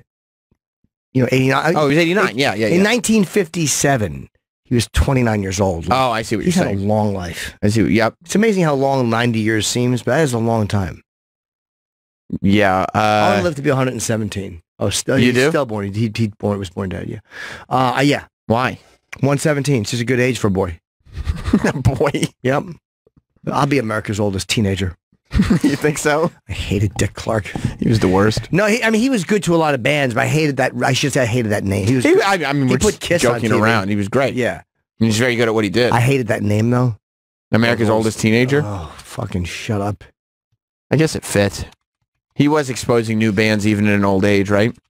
He's giving bands a place to play on television. I don't know. All I know is he was good to Kiss in the 70s. He was only 82. He wasn't even that, and he was old, but he wasn't like fucking, 98. No, but Joe only had 7 years on him. Yeah. Let's go to John in Kansas City? Yep. KS, Kansas. What's up, John? Sam, you're a professional broadcaster. How did you not remember Centipede, her #1 hit? By LaToya Jackson? Yes. Because Sam is thinking of Centipede, the activity he enjoys. No? It's Human Centipede. It looks like it's by Rebby Jackson. That one's a LaToya? Oh, boo. Thanks. Let's hear a little Thank you, Centipede by buddy. Rebby Jackson. Let's hear it. This isn't one of the Jacksons, though. Yeah, I still want to hear it, Rebby. She's got lightning shooting out of her hands. Yeah. The long fucking Vaseline lens hallway. A horrible lightning effect came on and she turned from a tiger to a woman. Ooh. He just associated it with her. Yeah. Janet had a ton of good songs. Well, Janet was a hit maker. I mean, Janet's a fucking Janet. Remember Poetic Justice? Oh, yeah. A lot of guys fell in love with Janet Jackson. This one, too. This is a great one. Miss You Much? Yeah, I mean, Rhythm I hate Nation. her video. No, not That's the Way Love Goes. Oh, Jim farted again. Oh, jeez. I did not fart. Again. Fucking beautiful. Oh, yeah. Wow. Except she's still, here's the one she thing. still looks good. She looks amazing. The one thing that always held Janet Jackson back in the looks department was she always kind of looked like Michael Jackson because Michael Jackson made himself look like a woman. Yeah, her You could see Michael's face in her face. I thought her music was fairly terrible. Why? I hated her videos. What about Nasty? What have you done This for is me another lately? good one. What have you done for me lately was It's great. abominable. Oh, come on. I hated this song. Stop it, Jim. I hate the late 80s videos where the girl is singing to the chef. Was that a thing? No, but like they have situational things where somebody is singing to somebody else. Oh, How could you not like this? It's so good. It's great. You could play Janet Jackson now how could I not and like still this? get a response. Yeah, especially like remixes and stuff. Like, or even like her Whitney This is- Houston remixed. People still. Stupid fucking blabbermouth cunt! Don't talk about Janet terrible. like that. This is terrible. Oh man. There's a lot. Stupid fucking cunt. How dare you? Play another one. They're all awful. What about Nasty? Hold on. Let me hear this. This is Look, she's a very popular young lady. I'm certainly not calling her a failure. Awful. Yeah, ooh, look at her dancing. And they all pop in and dance behind her. I fucking hate it. You like Breaking 2 Electric Boogaloo. Who didn't? Who didn't? Song sucks. Oh, you nasty boy. This is terrible. All Paula Abdul songs? No! This is another good one. This is a great. Another good one. How about one good one? Do you like this song? No. She's awful. Yeah, I'm with Jim on this one. Scream, fucking 100%. hideous. Scream was the last. 19 people behind her doing the same thing. Follow her lead. This video is huge. Well, Scream was the last hit for Michael. Right. Because the song was big. But then people watched this video and they were like, what the fuck is Michael doing? His fucking dumb hairdo. Look at her hiney. She has a great rump. But he's like a twink. And he cut his hair. Yeah, that's what ruined it. Oh, he's the when worst. He cut his hair. Because he wanted to look like Jonathan Taylor Thomas. No, he did. He wanted to look like a girl. No, he didn't want to look like JTT. He did. He wanted to look like a teenage boy. That's what he was obsessed with. He wanted to look like a prepubescent boy. He's looking like a young lady. Like Freak. He wants to look like Janet Dubois. Yeah. This song's terrible. This song? I thought it was okay. This song. I didn't mind this.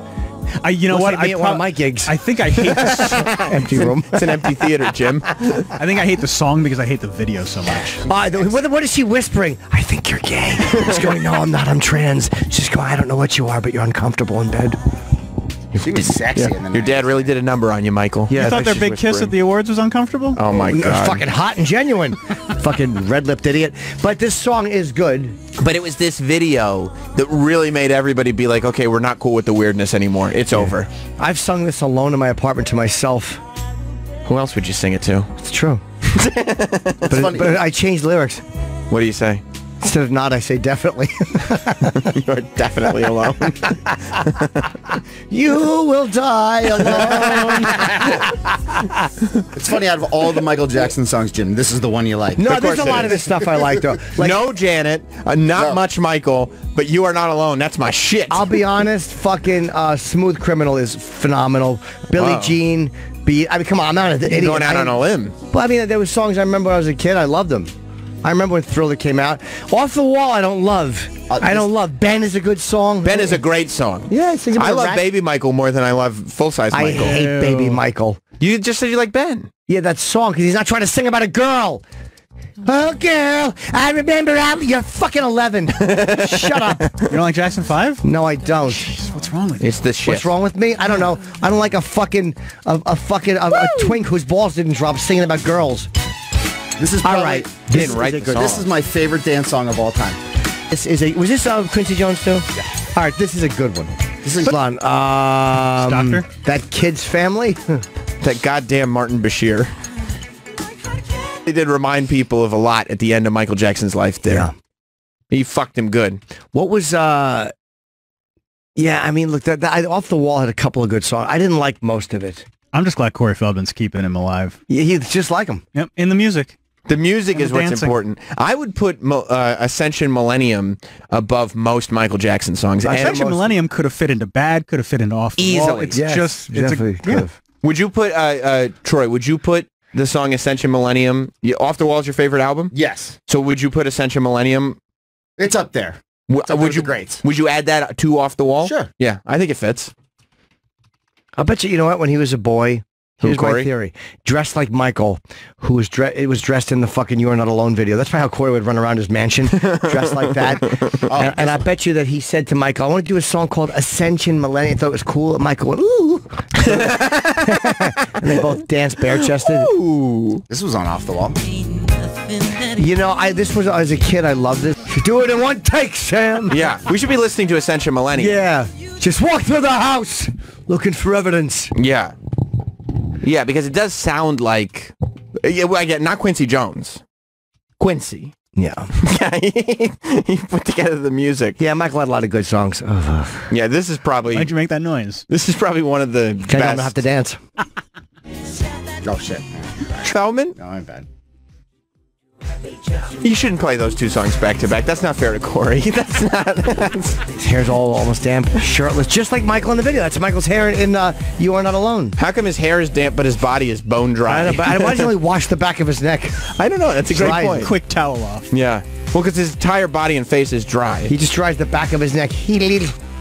Some chick in her underpants. Yeah, exactly. That's how Corey breath Feldman stinks because she just woke up. That's right. I wonder what he's going to do today. You think he's...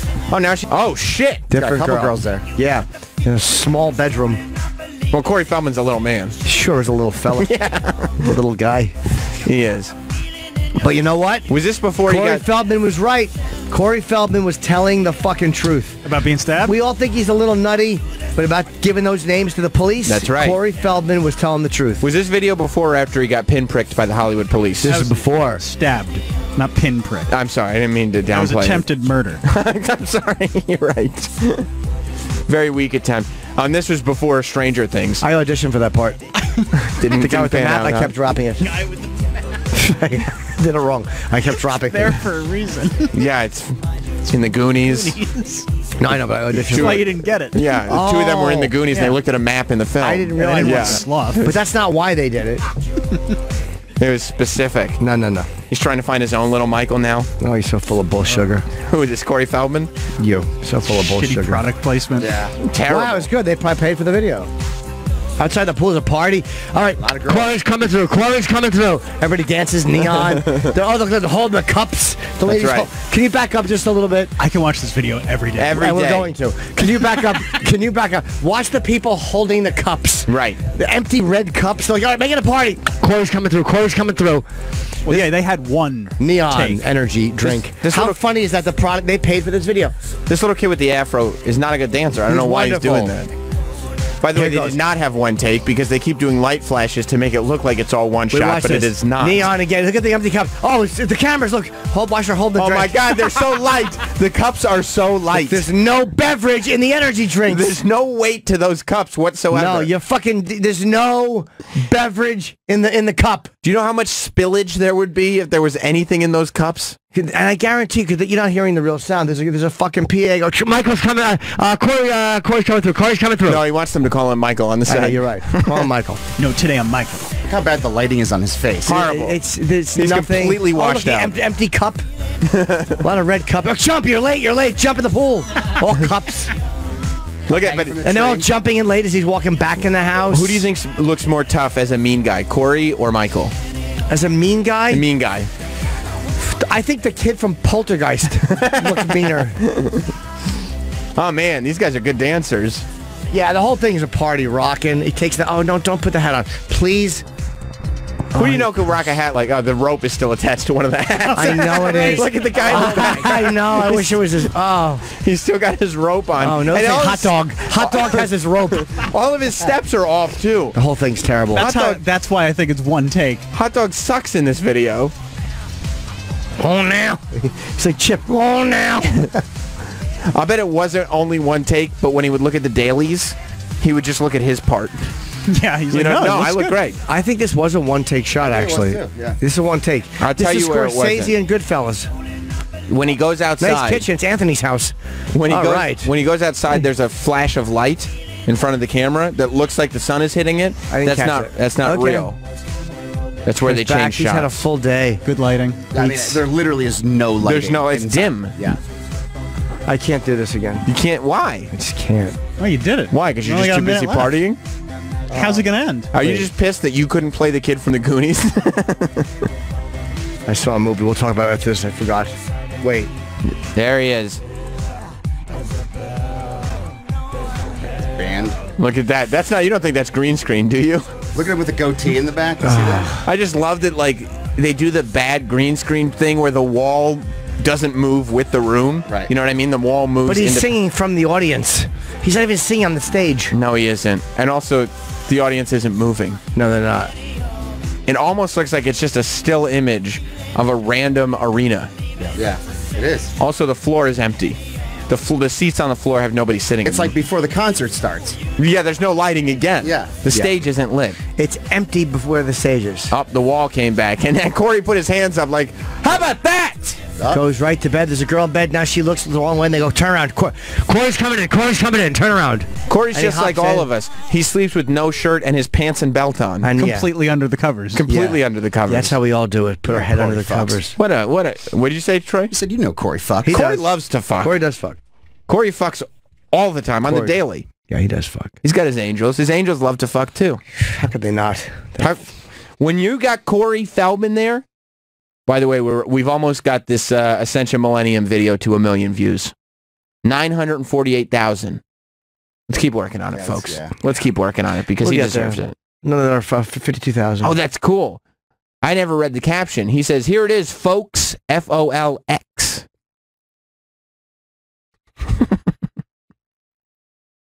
It's the Ascension Millennium, Jim. Deal with it. Oh, wow. It's a good Joe Jackson tribute. It was. It was nice. It's important that we honor the career of the amazing and talented and great father, Joe Jackson. Absolutely. There's a lot of music in these knuckles. That's right. That's exactly right. Did you want to say you watched a movie? I saw Quiet Place. What'd you think? I liked it. I didn't love it, but I did like it. It was very interesting. Mm-hmm. Did you like the ending? You know, it was a little too... No. I didn't hate it. I thought they could have gotten to that sooner, and there was a better way to do that. Mm-hmm. I don't want to blow it for people. I'm picking up what you're putting down. Yeah. Yeah, I thought it was good. I thought it was an interesting premise. I thought it was executed well. I love the way the one scene that they kept showing the promos for. Yeah. I like how that scene played out. Me Very too. Good. I was surprised. Yeah. Most movies wouldn't go that far.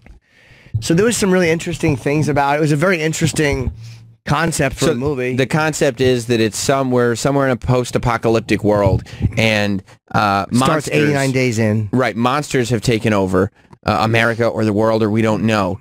But they can't see, but their hearing is super, super, super, super sensitive. So everybody has to walk around not making a sound. I didn't like that they were barefoot, though. They could have wore shoes in the woods. I know you don't want to crinkle You make a crinkle of the leaves and the sticks. Yeah, but you step on something, you scream. Who the fuck is walking at night? Well, they made a path. I know, it's sand. Right. So why would you step on something if you made your sand path? Because you never know. You still could. Theoretically, but I mean, if I had to not make a sound at the risk of very sensitive hearing monsters eating me, I would probably walk bare feet in sand, too. You'd wear those fucking five-toed shoes.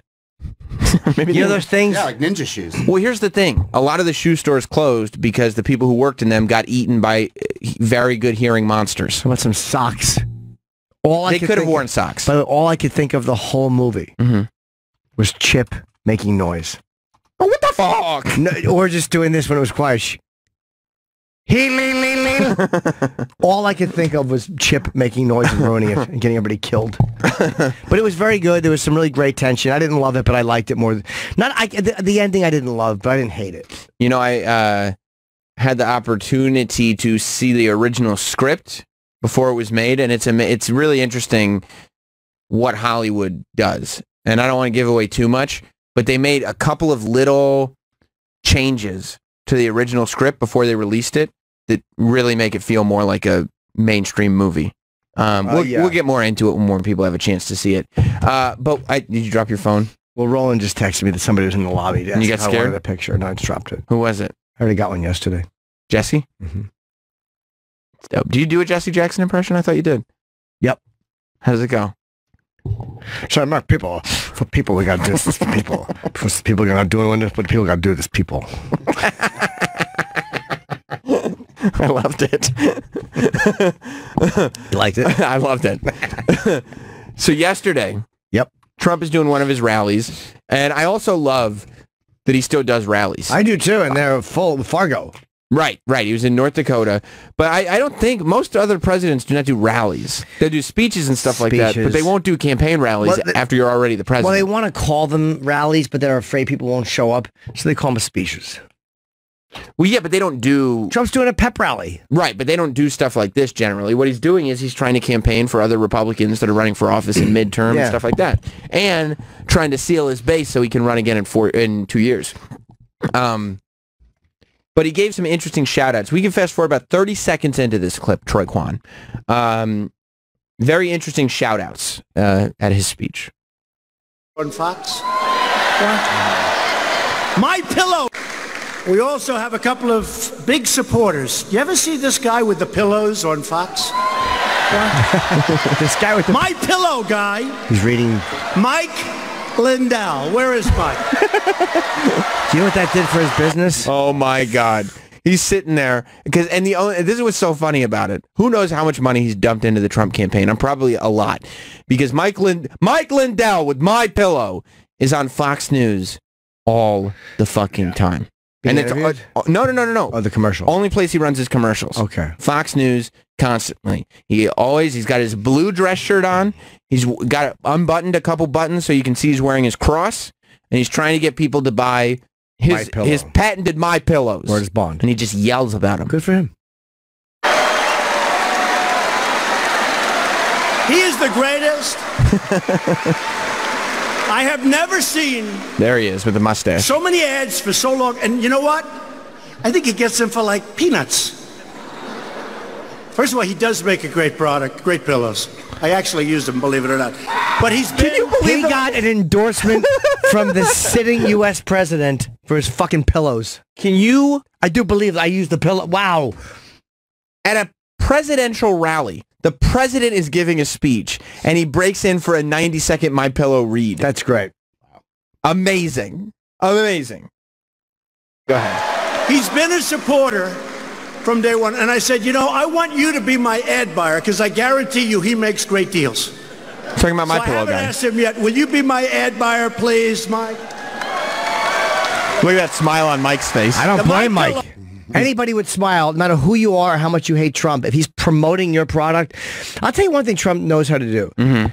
Besides be a dick when he wants to be a dick and call people out, he knows how to reward people who he thinks have done right by him. Oh, yeah. He knows how to reward people. He knows how to grease those wheels. He knows how to grease those wheels. He knows how to say thank you in his own way and like to be appreciative in certain moments. He's not a dumb guy. Anyone thinks he's dumb is misreading him. He's not a dumb guy at all. Rewind 5 seconds. Because where do you think he goes? My ad so buyer, he's please. done. He done. All right. Ad buyer. He did the Mike Lindell Sure. thing. What do you think the next topic is?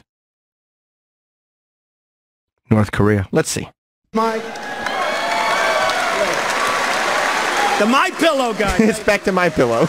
And he's been with us right from the beginning, along with a lot of other folks, actually. How about I mention for us? We've had a great journey together, and we are making progress like nobody thought possible.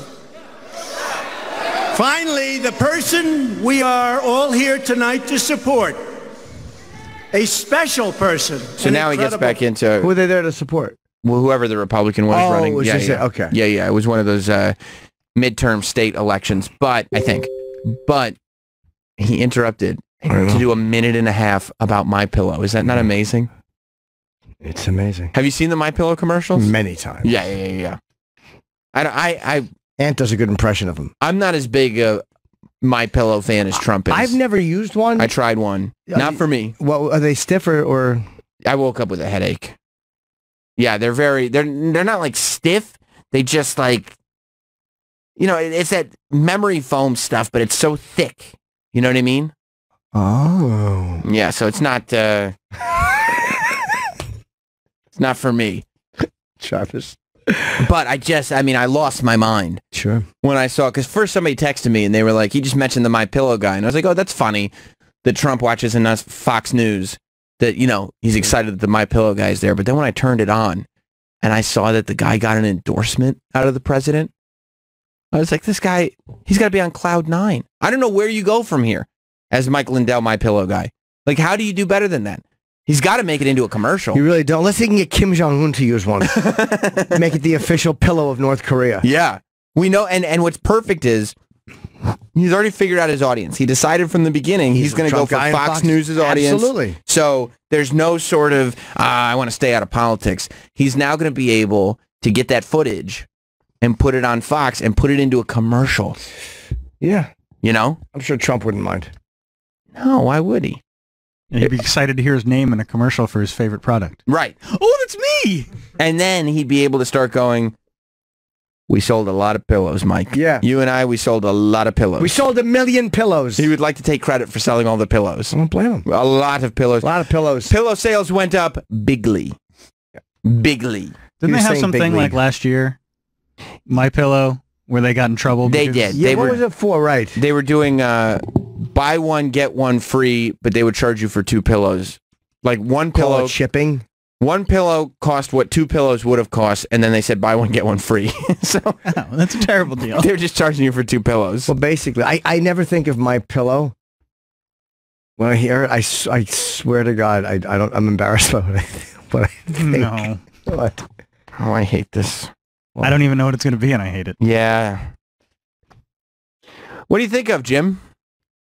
I don't even want to say it. No, you have to say it. I can see on your face that you're embarrassed. I am embarrassed. It's my friend when I worked for Pergament, not Pergament. I worked for Christoph Silver, and my friends, the guys Lionel and Philippe, were Haitian, and Philippe was very funny. He was a funny dude. I haven't seen him in 30 years, but he said a pile of shit is a pile caca, and that's what I think of every time I hear my pillow. My pile caca. I think of my pile of shit. I mean, that's on some real 5th grade shit. I know, but I literally, because for some reason, my pile caca has been running through my head every time I've heard that. I mean, that is some... I don't know why. That is some real, you are 10 years old. I don't even know if I'm saying it right. That's how I remember it from years ago. Philippe told me. It's so funny, those things that are funny to you as a little kid. But they just I was a little kid. I was fucking started college. I was 20. Okay, that's a lot. We were on a packing line. You thought that was funny when you were 20? Well, he was just teaching me Haitian dirty words. I see. He taught me all these fucking, this profanity, and I don't remember how to say it. So how do you say my pillow? My pile caca. Caca. Pile caca. Yeah. You know, that's pile good of shit, stuff. shit pile. I think that's how you say it. Travis, how old were you when you were saying caca? Like 5. Oh, okay. Haitian crew. Wait. Caca. I pile, just not my, put pile of shit. Not my pile of shit. Let me hear this. Pil nan caca. Oh, pil nan caca. Okay, I'm saying it wrong. Pil nan caca. Okay, pil nan caca. That's probably of. It's good stuff. Pile of shit. Doctor. What was that? Oh. That was the... Oh, do that again? Pile of shit. That's right. Okay, hello, you're on the phone, pile of shit. Dr. X in Mexico City. Does Trump not know what the hell payola is? Well, it's not payola. He's just giving a free plug. Yeah, he's not on the radio, technically. We couldn't... You can give plugs. Yeah, he's not doing it for product. You're allowed to mention it. You're just not allowed to do it to get free stuff or money. Right. I'm waiting for this guy to say, hey, I love Domino's Pizza with extra garlic sauce to see what comes around. Apparently you don't know what payola is, sir, because that was not what that was. Wouldn't that be great if Donald Trump just starts doing live reads and stuff like that, and he's like, hey, can we say something about Domino's Pizza? And just like interrupting his rallies to talk about products. They get it's always hot. Much better than Pizza Hut. Pizza Hut is failing miserably. I wonder how much Mike Lindell contributed to that campaign to get that kind of a glowing... Probably a lot, and I'll bet you that Trump has met him before, and I bet you that Trump has seen his ads so many times. Oh, yeah. And they probably say, oh, yeah, this guy put in $20,000 for the campaign. He really likes you. And then Trump just threw him a bone because he likes him. He's got the White House in My Pillow. Every bedroom you go into, there's My Pillows in that White House. Every bedroom. Yeah, Trump probably just likes him. Eric in New Jersey. Eric. Hey, this is just a case of Letterman Sammy hating Trump. That's right. That's the reason. That's right. all. Bye. All right, take care. Old fucking lib Sammy would rather sleep on a brick than a Trump pillow. You're helping that guy along because he didn't mention the pillow in the phone call. Oh, sorry. You just read it in the description. Oh. Yeah, that's... I was helping him along. Yeah, you were helping him a little bit. I was. Yeah, that's okay. I like You're to help the callers. You're a helpful guy. We should break because Chris Shern is coming in, and then we also have Kevin Farley promoting Frat Pack, which is available on demand and on DVD. I don't know Kevin, but he is a stand-up, I think, right? Oh, yeah, he obviously is. He's doing fucking Wise Guys Downtown. Yep, he's a stand-up. He used to be in a boy band. Yeah, he's Chris Farley's brother, so. All right, we'll take a quick break, come back. Wait, hold on. Check your phone, bitch. Travis is showing me What's your phone say? Yes, he should. What was the question? Immediately, Roland should ask him if he can come in. Who? If he's going to ask if... the Reverend? Let's wait 1 second. You talking about Jesse Jackson? Yes, of course. What's he talking about? Let's just see what he says. Talking about hitting all those home runs in October? Sorry, that was meant for Roland. Yeah, well, he's sending it to me. Yeah, I know. I'm not doing my job right. Oh, Travis. Yes, absolutely.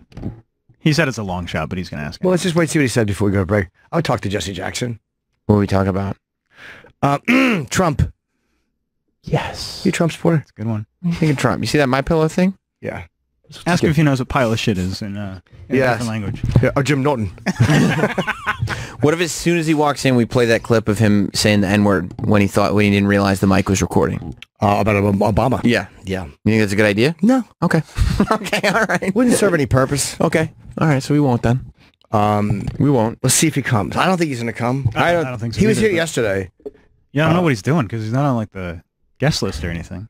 You know, tomorrow... The religious channel, maybe, or... Maybe, but I mean, all the guests are usually on that That's right. email regardless. Well, it's obviously maybe for security reasons they don't. No, they put big names on it. No, That's just an internal email. Okay.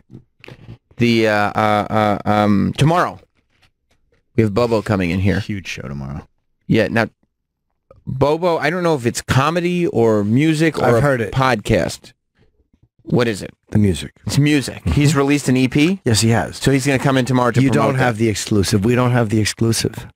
Well, here's the thing. It was broken on another radio show. But it wasn't because your show doesn't air until Sunday. I know, but still, the clip's released. Doesn't count. Yeah, but not before tomorrow morning. Oh, yeah. Don't motion to Rob. Yeah, we can get that out there. Yeah, we'll make sure we get some clips together. Yeah. Rob. I got you. Don't worry about it, Rob. Yeah, Rob, you're good. You're fine. Chris Sheeran just checked in. All right, well. All right, so let's bump this guy and let's get Chris Sheeran in here. Is he coming in? Well, I don't know. We'll see. Okay. You're nodding and putting your thumb up. Well, yeah, but I don't know if that's... We should check the door. Check the door? Yeah, it's there. Yeah, open it. Let's see.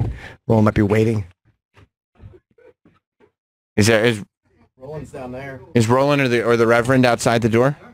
Yes. He's coming in? Yeah, we'll make it. The other guys will wait. Sam, don't play that audio. Troy, get the audio ready. Do it. It's Nancy Grace's. Yeah, let's welcome in. Right here, this is Jim Norton. The Reverend. Hello, how are you, sir? Jesse Jackson, welcome. Good to be with you this morning. How are you? Good. Now, I've seen you, I met you yesterday very, very briefly, and nobody knew that you were coming to the building. So you're in here at Sirius 2 days in a row. So are you promoting something? Promoting Mark Thompson. Are you Mark Thompson? Mark. Oh, okay, you're just promoting this man. That's very nice of you.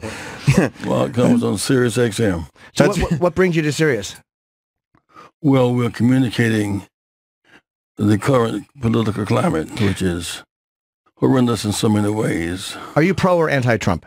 That's a great question, Jim. That's really... I'm pro-justice. Oh. Pro-fairness. Pro-inclusion. That speaks for itself. Is there anything, and I asked, we interviewed Trump once, and I asked him if there was anything about Obama he liked. Was there anything about that you think that Trump has done well? Me lying in art form.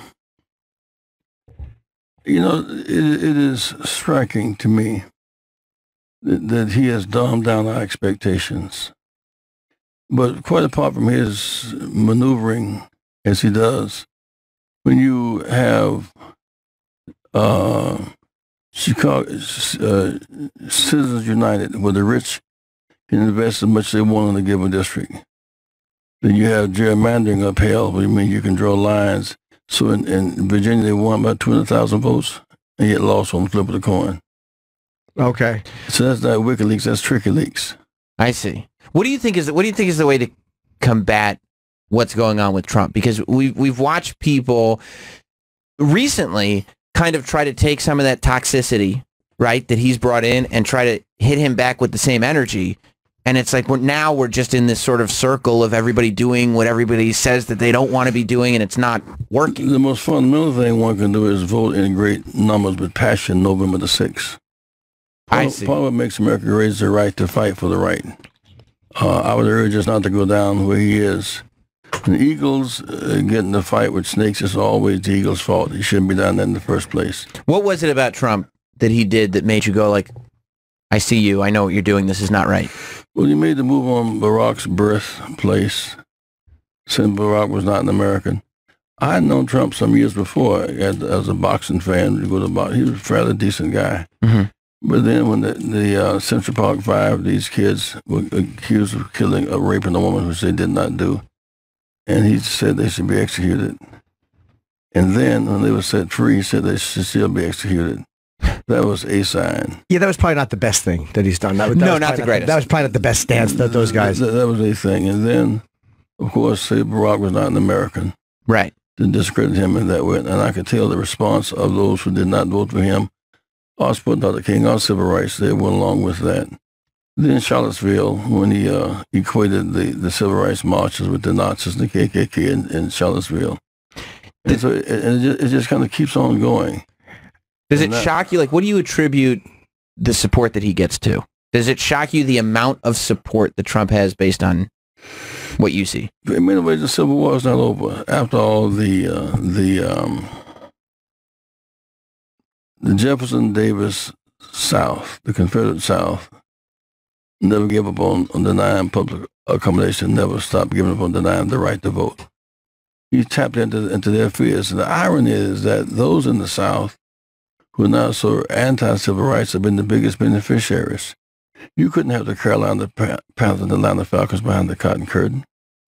You couldn't have the Dallas Cowboys behind the cotton curtain. You couldn't have South Carolina as #1 state producing tires behind the cotton curtain. The whole New South economic reconstruction is because civil rights movement had to bring down barriers. And yet when Georgia and Alabama played the big football game, January the 1st, you couldn't have had that behind in the old South because we couldn't have sat nor played nor worked together. And so they have kind of blue economics and red politics. It's strange. Blue economics, they accept the economic growth, and red politics. And you marched in the South a lot. How did you meet Martin Luther King Jr.? When I grew up in Greenville, South Carolina, I was arrested in 1960 trying to use a public library. We were in the wave of civil rights resistance to radical racial segregation. His voice emerged as a minister who had a rationale for why Jim Crow had to end. After all, between 1880 and 1950, 5,000 blacks were lynched, without one indictment. We were driven north as refugees, driven out the South, where we were majority of the populations in South Carolina and Alabama, in Arkansas and Mississippi. It was an horrendous place to live in so many ways. And so Dr. King's voice took on new meaning for us as a minister who could articulate the case. I remember coming to Atlanta to speak at Morehouse College, and as I was coming to the airport, he was coming on the way to get his Nobel Peace Prize. Wow, that was a big deal. And he spoke to me, called my name.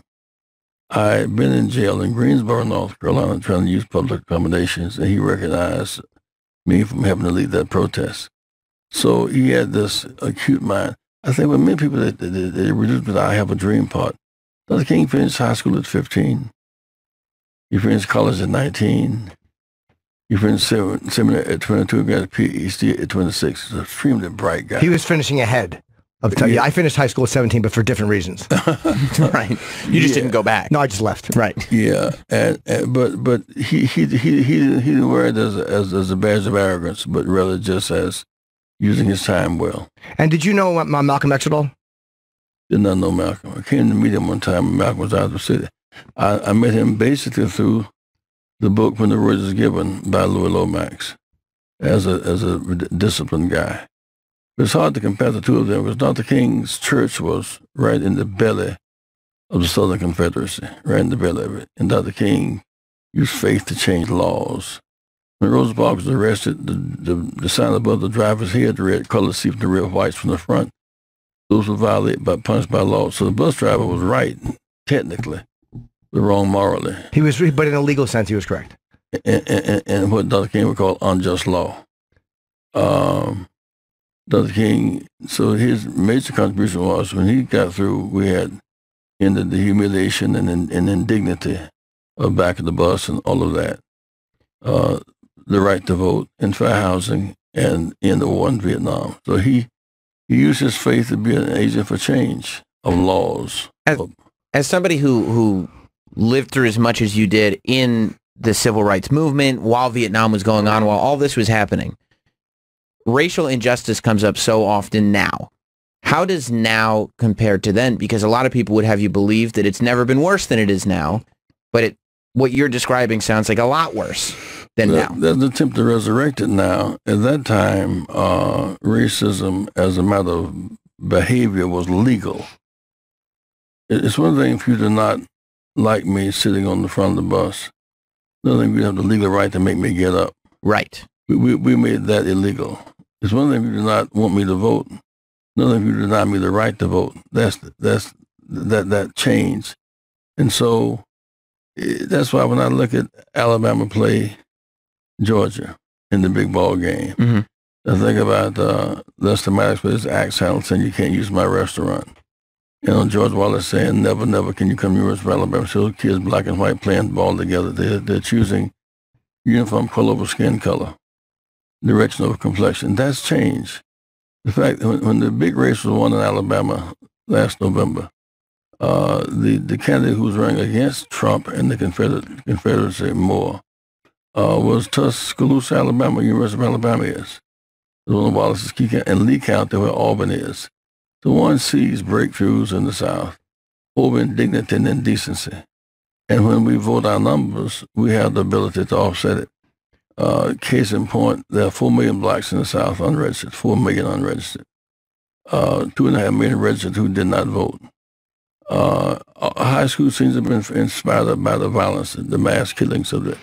So there are more 17 to 21 than 71 to 81. So if they in fact vote their hopes and not their fears, you'll have a coalition in the voting booth as you have on the athletic field. And to me, that'll be the bright morning of justice when we can vote like we play ball together. Do you think now, though, too, because a lot of times it seems like so much has changed over the years, people are getting fired and in trouble for saying things. And I was very, very upset at your position when Don Imus said what he said. I was like, why are they trying to get a guy fired for a dumb joke?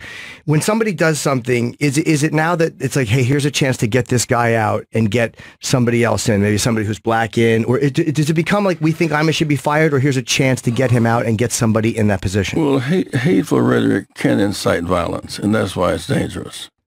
Amos looked at the young women at Rutgers and referred to them as being nappy-headed and trying to demean them. He was replaced by Morning Joe, who himself, by definition, is a conservative but a decent guy. Morning Joe is a good show, and he's a very decent guy who is an acknowledged conservative, but he's not a bigot. He's a conservative. But do you think that it's hateful? Hateful rhetoric is one thing, but do you think that was hateful rhetoric, and he's just one example, or is it just a guy trying to be funny and missing the mark? Like where's the line between, hey, that's truly hateful, and hey, this guy was just trying to be funny and missed the mark? I can't draw that line. I don't know what it is. I didn't know that some things that used to be funny are not funny anymore. As people come with this sense of dignity. I remember many years ago, a comedian could crack certain jokes on the stage. They'd be funny. As people arrive, the joke's always at the expense of the weak, and in favor of the powerful. Why aren't those jokes funny anymore? Because if people assert themselves, they do not accept the fact they're being talked down to, looked down on. Did you know Richard Pryor? I know him very well. Did you? What kind of guy was he? Smart and funny and caring, you know. I remember when Ma Maybelline used to do her jokes, and she would say, "When you name a Chinese child, you drop your dishes, ping, ping, ping, ping, pong." That's not funny anymore. Or they would crack jokes about black women. Not funny anymore. Do you think that's because they crack jokes about Native Americans? Not funny anymore. So as people come into a sense of their dignity, they don't want to be the butt of the joke.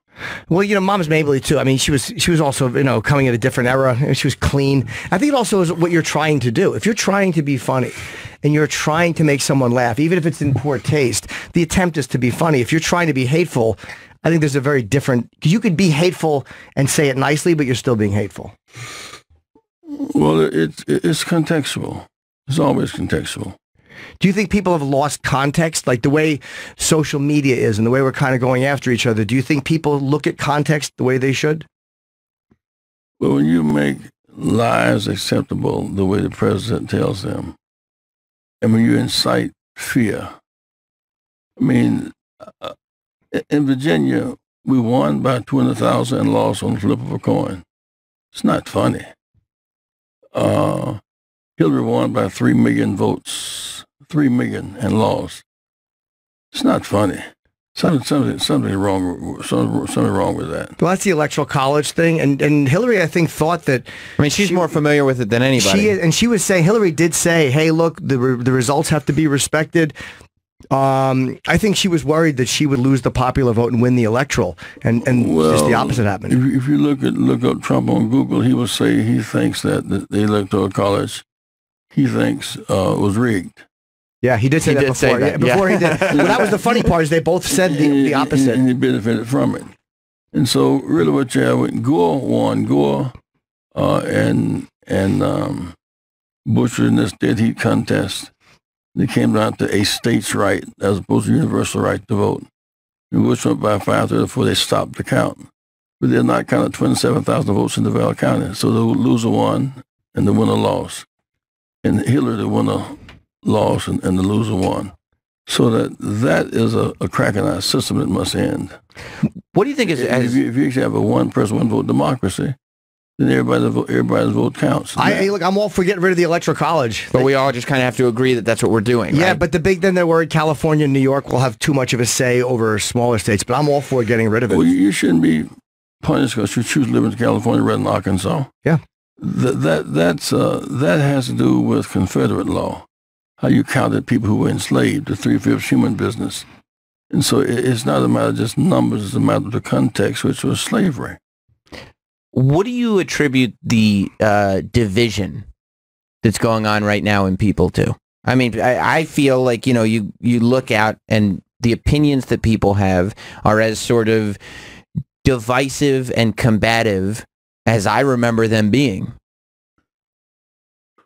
Well, they are. Much of it has to do with President Trump. I mean, when the leader has the power to set a climate of decency and dignity or barbarity, he sets a climate.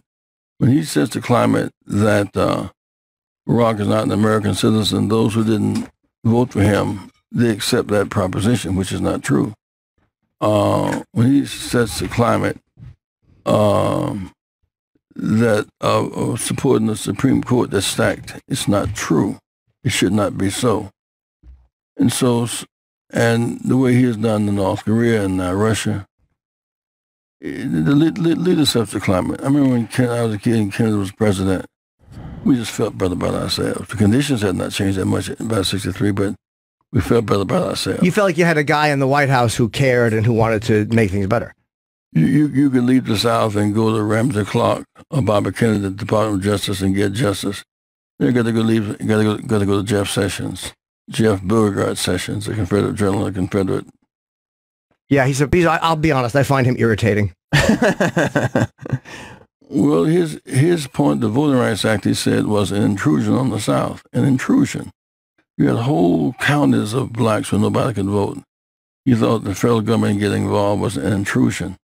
These are anti-voting rights.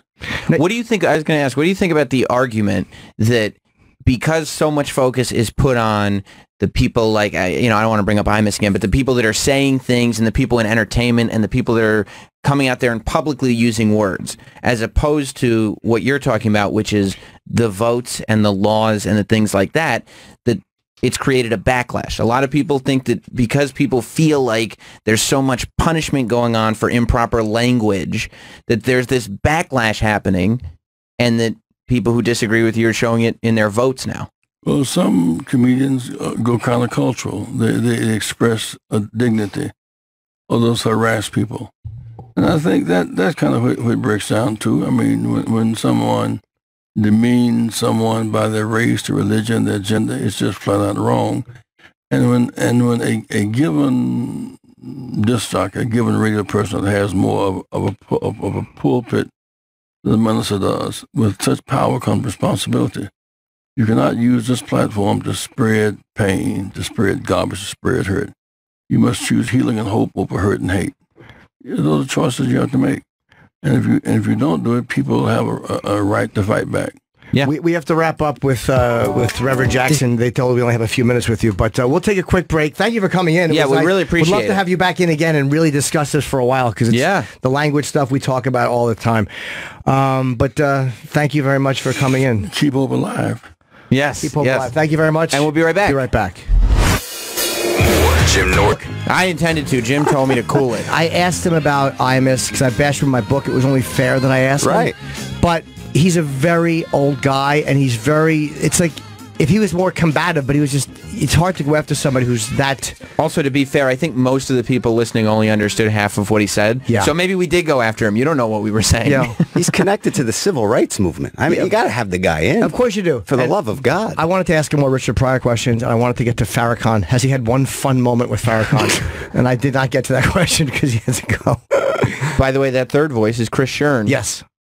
Or Shearn. However you want Did I say it wrong? Sorry. No, the lazy South River, New Jersey way is Shearn. Oh, but it's Shearn. It's Shearn. Shearn. Okay. Shearn. And you're on the Yes Network. Yes. On the Yes Network. That is correct. On the And We're Off podcast. That's correct. This is very exciting. We just started it. Yeah, it is very exciting. For me, it is, Sam. Not so much for you. I'd say, why would I? Probably, I said it's very exciting. Probably never any wrestling going to be talked about on my podcast. I'll assume it's good then.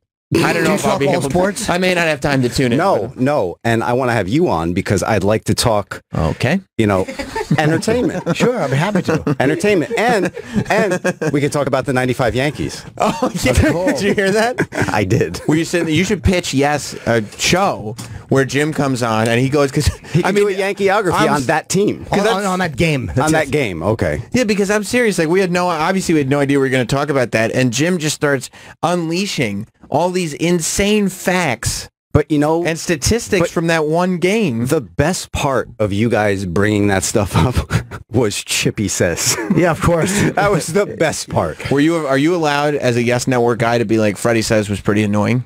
I don't think he was. I mean, the old stadium, he was pretty much a fixture at the old stadium. Since 88. I mean, yeah, but stadium was around longer than 88. What am I, 15 at that time? So yeah. Wasn't exactly there in the fucking Mantle era. Where were you in Maris at number 61, a half full stadium? Where were you?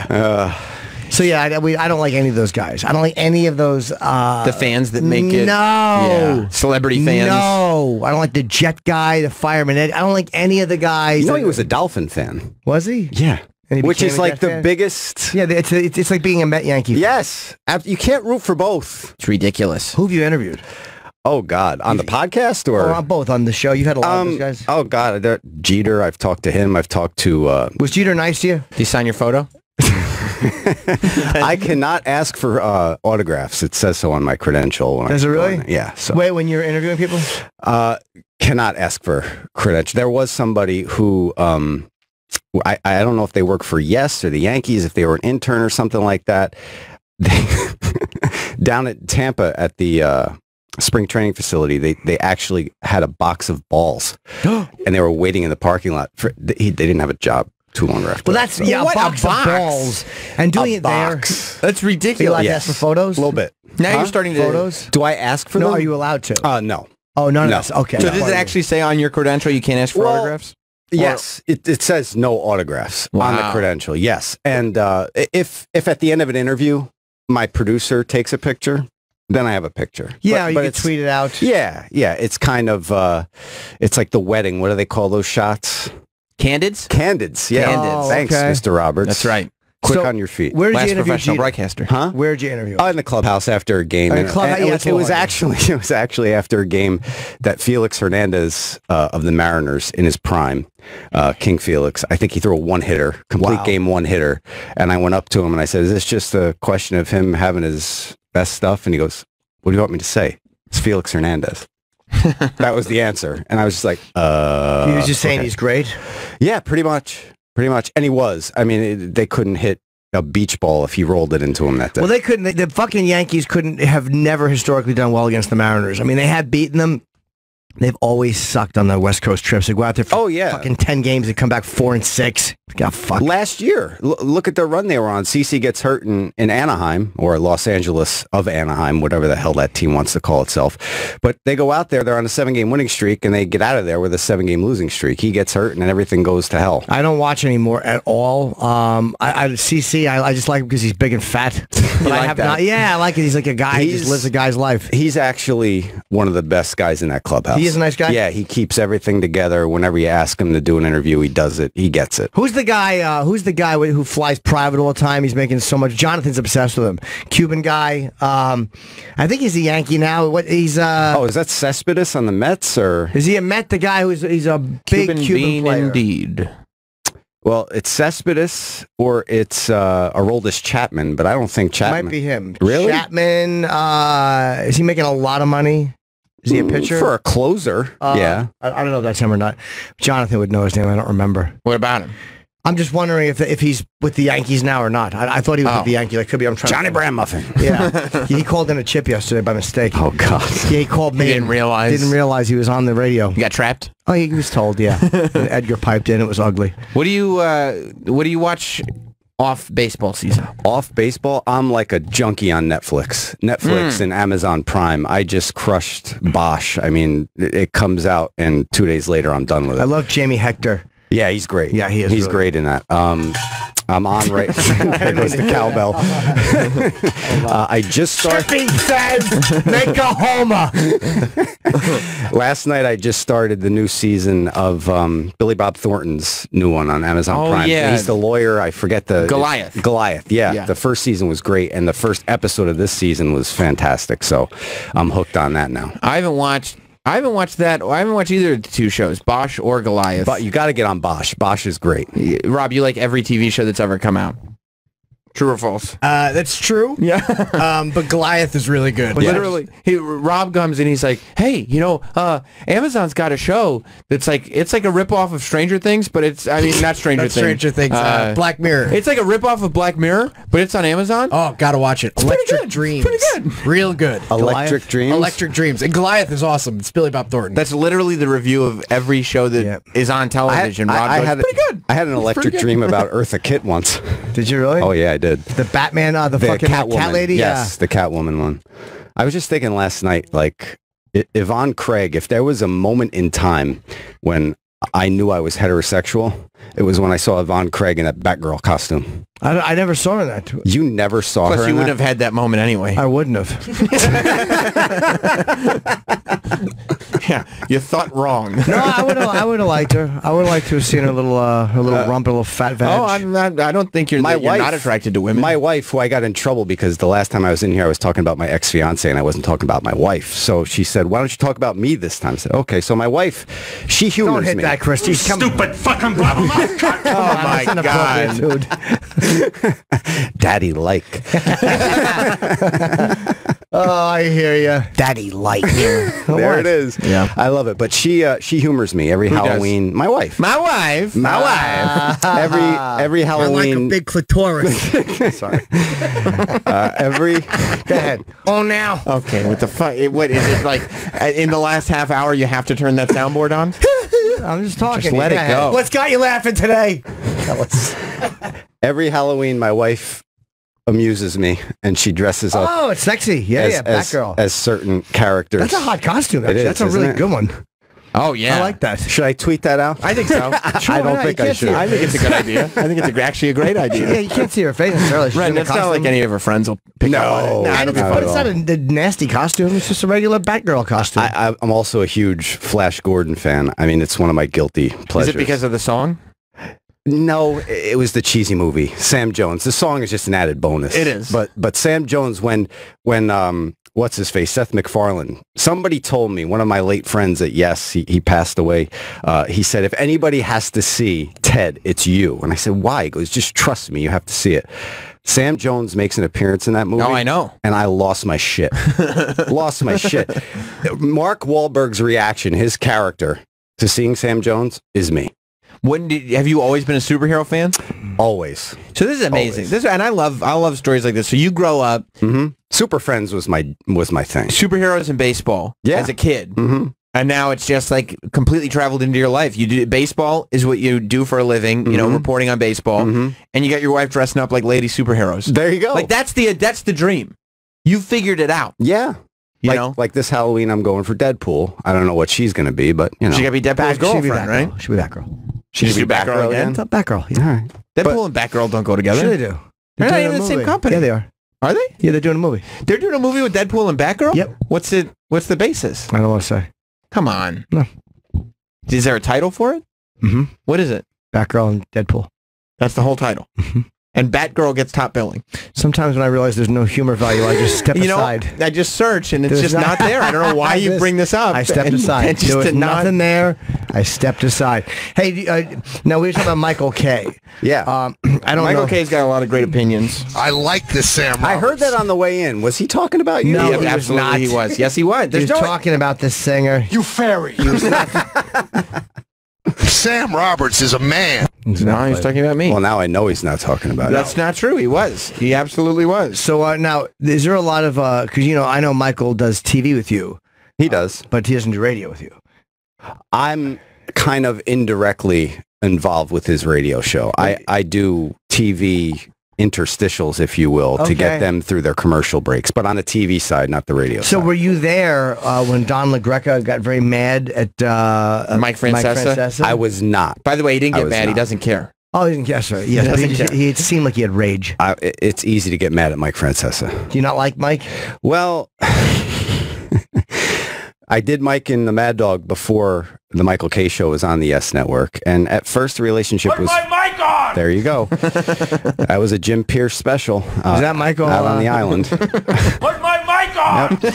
Right, who's he yelling at? Jim Pierce, the audio engineer. Oh, he's right. Put his mic on. Yeah. He has Put to. my mic on! Give the people his goal. The goal. There's no mic. What's he gonna do? Whisper? They won't hear him. Oh God, they'd still hear him. Trust me. I'm on Francesa's side on that one. I'm Mike's on off, Francesa's yell. side on all of them. But the name of his show is Mike's On. That's right. So it should be on. Kevin Farley's outside. Let's bring him in. Yeah, we should bring him in. We're all backed out. You know Kevin Farley at all? I do. I met him in the elevator. Well, then you're all friends, so this would be great. Kevin Farley's coming in. Yes, we're a little backed up. Yes. There you go. Welcome. Hi, how are you, sir? Good to see you. Good to see you. Kevin, this is Chris Shern. You met in We the met in the elevator. elevator, yeah. Yes, you guys are old elevator butts. We're a little backed up with guests. We had a guest come in that we weren't planning on, so it kind of pushed everybody back a little bit. I'm glad to be here, man. Yeah, well, welcome. Sit down. Yeah. We're all fans of your music. Yeah. Together. Yes. Together. Yes. Yes. What was the That name was of a your? while ago. You was plus the name me of your equals group? us. You plus me equals us. Together. Oh, together With the number 2. That was back in 2000, something like that. I was in a band called Together, boy band. We were an MTV show that spoofed boy bands, and I was the older brother type. I had braces on and stuff like that. You were an adult at the time. I was a very 36-year-old man, 36-year-old man in a boy band, at the time, and it was a blast though. God, was it like Steel Panther where it was supposed to be a goof and then all of a sudden it became real? It was ballsy of MTV because MTV was making all their money off boy bands, and then they come out with this thing which is completely goofing on boy bands. Yeah, right? Exactly, right, exactly. So we were surprised that they did it. And then we had a sitcom. They gave us 2 years on a sitcom, and we actually got to tour with Britney Spears. And for a little while, did you? Well, what happened was basically we pulled up to like the Verizon Center in LA, and we were like, there was stages in the parking lot, and we were like, who's going to be on those stages? And they're like, well, that's you guys.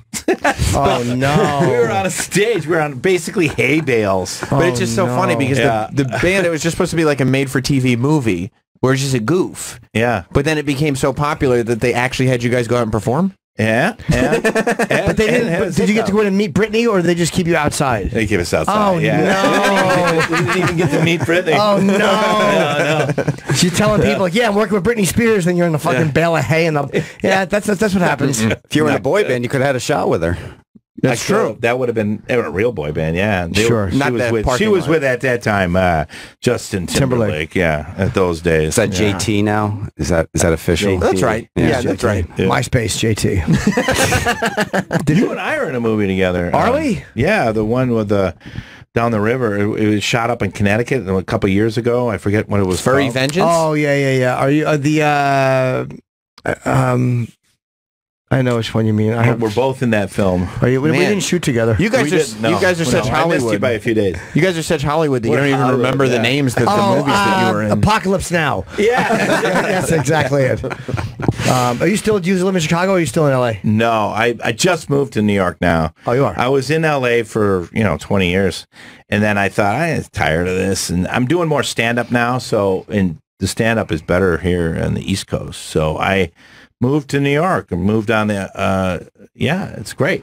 What'd you do before that? Before you were doing stand-up and acting? Were you like a Second City guy too, or no? Second City. You are. Second City, Improv Olympic, that kind of thing. Yeah, I never did UCB, but I did Second City Improv Olympic. When I was born in Madison, I moved to Chicago in the mid-'90s and then did all that improv there, like Second City and Improv Olympic, all those guys, So when Chris becomes, what Chris became on SNL, are you going like, what the fuck? Now I can't do SNL because like you created this amazing shadow. I never would have gone on I couldn't have.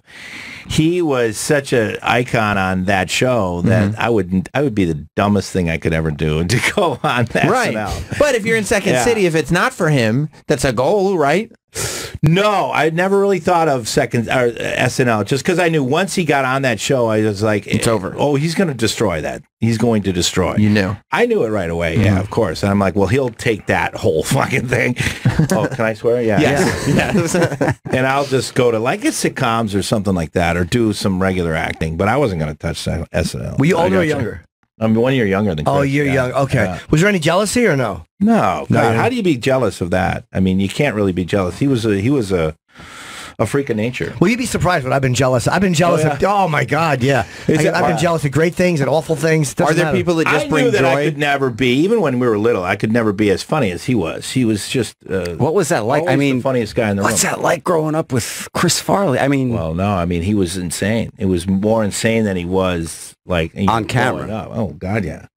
Way crazier. At what point are you like, wow, man, like you're such a funny guy and you're getting high all the time? At what point did you notice like this is a problem? Oh, when he was younger. Yeah, when he was younger in high school, when he first took a drink. Wasn't good. Some people just have an allergic thing, and that runs in the Irish. We're all I don't know what it is. The Irish? The Irish? Yeah, I don't know what it is. We shouldn't touch alcohol. No, we shouldn't. No, we shouldn't. Yeah, we knew it right away. I mean, the first time he ever had a drink, it's bad. Oh, you could kind of tell something. In the minute. Some people just have a bad reaction. I get exponentially funnier when I drink. I should have drank before I came here today. Yeah, exactly. Some people are. They're lighthearted and fun, and other people are just crashing down shitty. Yeah. It's also probably extreme personality types where it's like, if we're going to do something, we're going to do it to level 100. Sure. Chris was the funniest guy with a couple of beers and the worst guy with like 7 beers or 8 beers. So there's that line where you're like, was he angry though? Was he angry after? No. He's never an angry guy. Just like, you're like, oh God, what happened? Yeah, it's like, all of a sudden the light switches with a lot of addicts and that kind of thing. Yeah, and something happens and you're like, wait, this is not how you started out. Exactly. And it's not going to go back that night. No. It never goes. It never goes the other way. Pleasant to horrible. It's back to pleasant. Yeah, right. It never goes back to pleasant. No. It goes to passing out. For 3 days. Yeah, arrested or passing out. Yeah, it's always bad. Were you happy with the way the documentary came out? I did the documentary. Yeah. Only because I wanted to straighten the story out.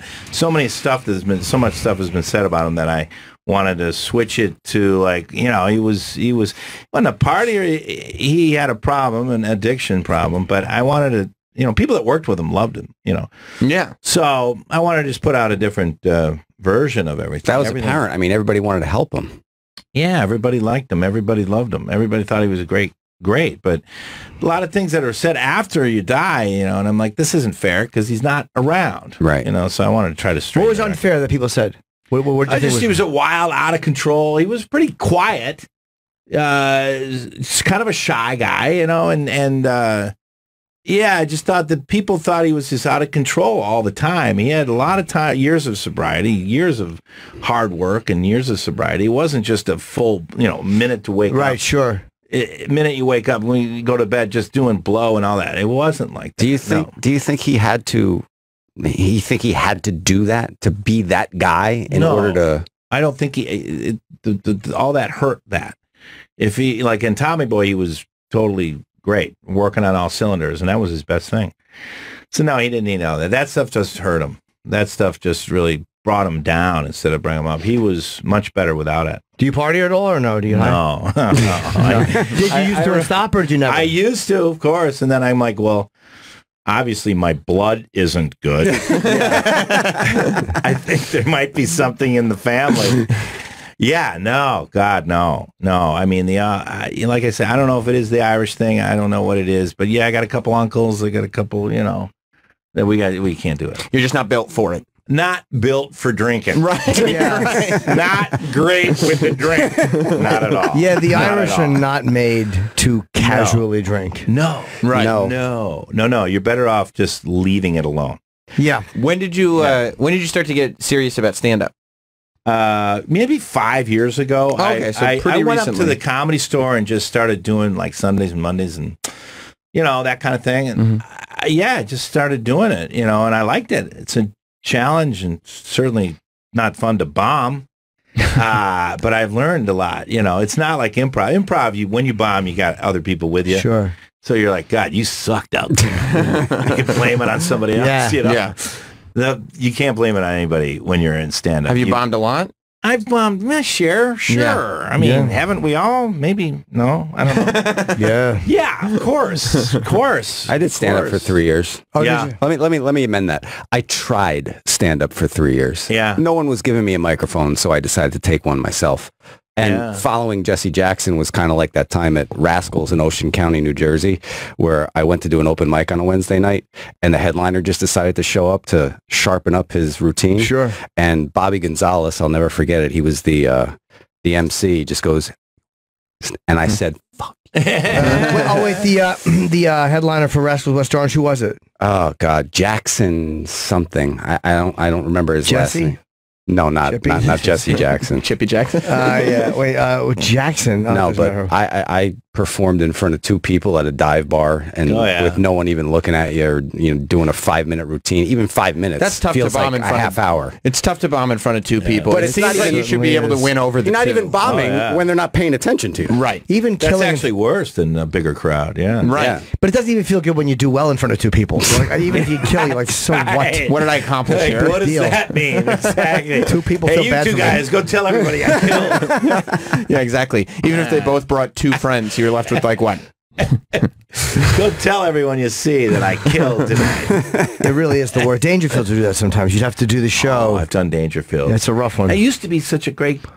I remember back in the day going to Dangerfields, and Sure. it was a hot club. Obviously, Rodney was alive and all that, but man, it was good. Yeah, I worked there a lot over the years, and what happened was they stopped. Like no matter what people did in the audience, they wouldn't like back the comics. So I kind of like. I just stopped for that reason. Like I liked the guys who worked there. I liked the staff. But when they wouldn't tell people to shut the fuck up who were being obnoxious, I'm like, what am I put myself through that for? Right, exactly. We don't police the crowd or anything like that. Yeah, exactly. Yeah. Like hecklers, I've gotten better at.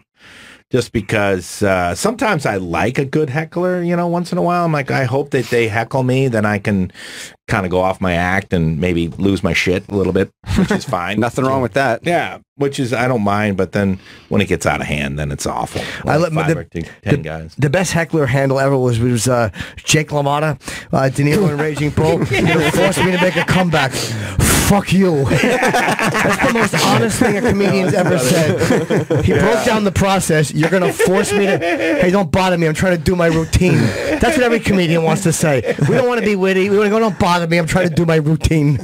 I love it when they snap like that. I have seen a few stand-ups lose it on stage and snap. Michael Richards. Yeah. Well, that was the best one. Yeah, Sure. that was the best Handled one. it well. Right. Yeah. Yeah, you just saw the inner fun. He just came across like a fun guy. Yeah, I've said those exact same things, but they were Asian and white people. People are like, what are you doing?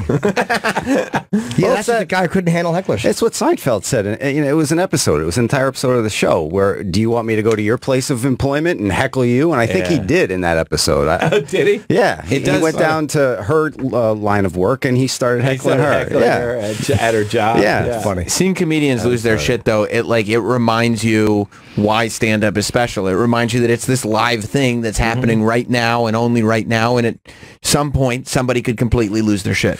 I think stand-up has invited the heckler in. I think because there's a whole thing about crowd work. When you're doing like improv, the audience is pretty much, they're part of the show, so they're kind of nervous about saying something dumb or suggesting something dumb, so they're pretty behaved. But then stand-up has invited this whole drunken, and of course there's drinking, and then, I don't know, and then the crowd work and that kind of thing, so It's it's humanizing. never going to end. It's humanizing, too. The idea of a guy in a microphone is like, well, I can talk. I'm a guy. Yeah. If I had a microphone, so if you think you're funny, you can sit there in the audience and be like, well, I'm funnier than you. Yeah. And start firing stuff at them. Whereas if you're seeing a band or something, you're like, I don't know how to play guitar. And plus, no one will hear you. You know, music. Right, exactly. You know, once in a while they yell at the bands though, and the band will stop playing because they're doing something annoying.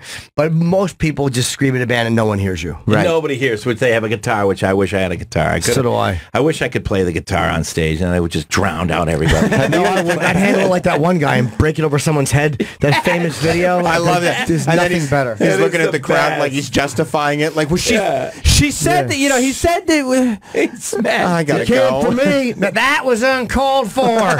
He smashed it over her head. Kevin, did you ever lose it? Did you ever lose it on a heckle? Well, yeah. I mean, but I try to be funny while I'm losing it.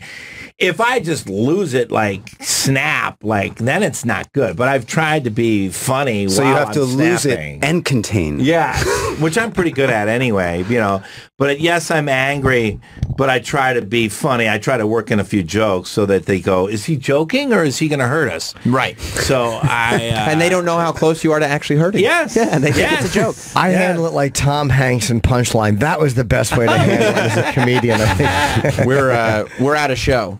Oh, wow. But, yeah, we are. That's it? That's it. Frat Pack is your Frat movie. Pack, yeah. That's available on demand and DVD right now. Yeah. You're also, if you want to see Kevin do stand-up, you're going to be at Wise Guys in Salt Lake City, July 6th and 7th. Virginia, July 20th, 21st, Buffalo, August 17th through 19th, and so on. KevinFarleyOfficial.com is the website. Thank you, Kevin. Thank you. And thank you, Chris, who can be seen on the Yes Network. What are you on? Tomorrow night, Yankees Red Sox. I have the batting practice show. Saturday, I'm at the stadium filling in for our clubhouse reporter, and Sunday I'm back in studio. And check out the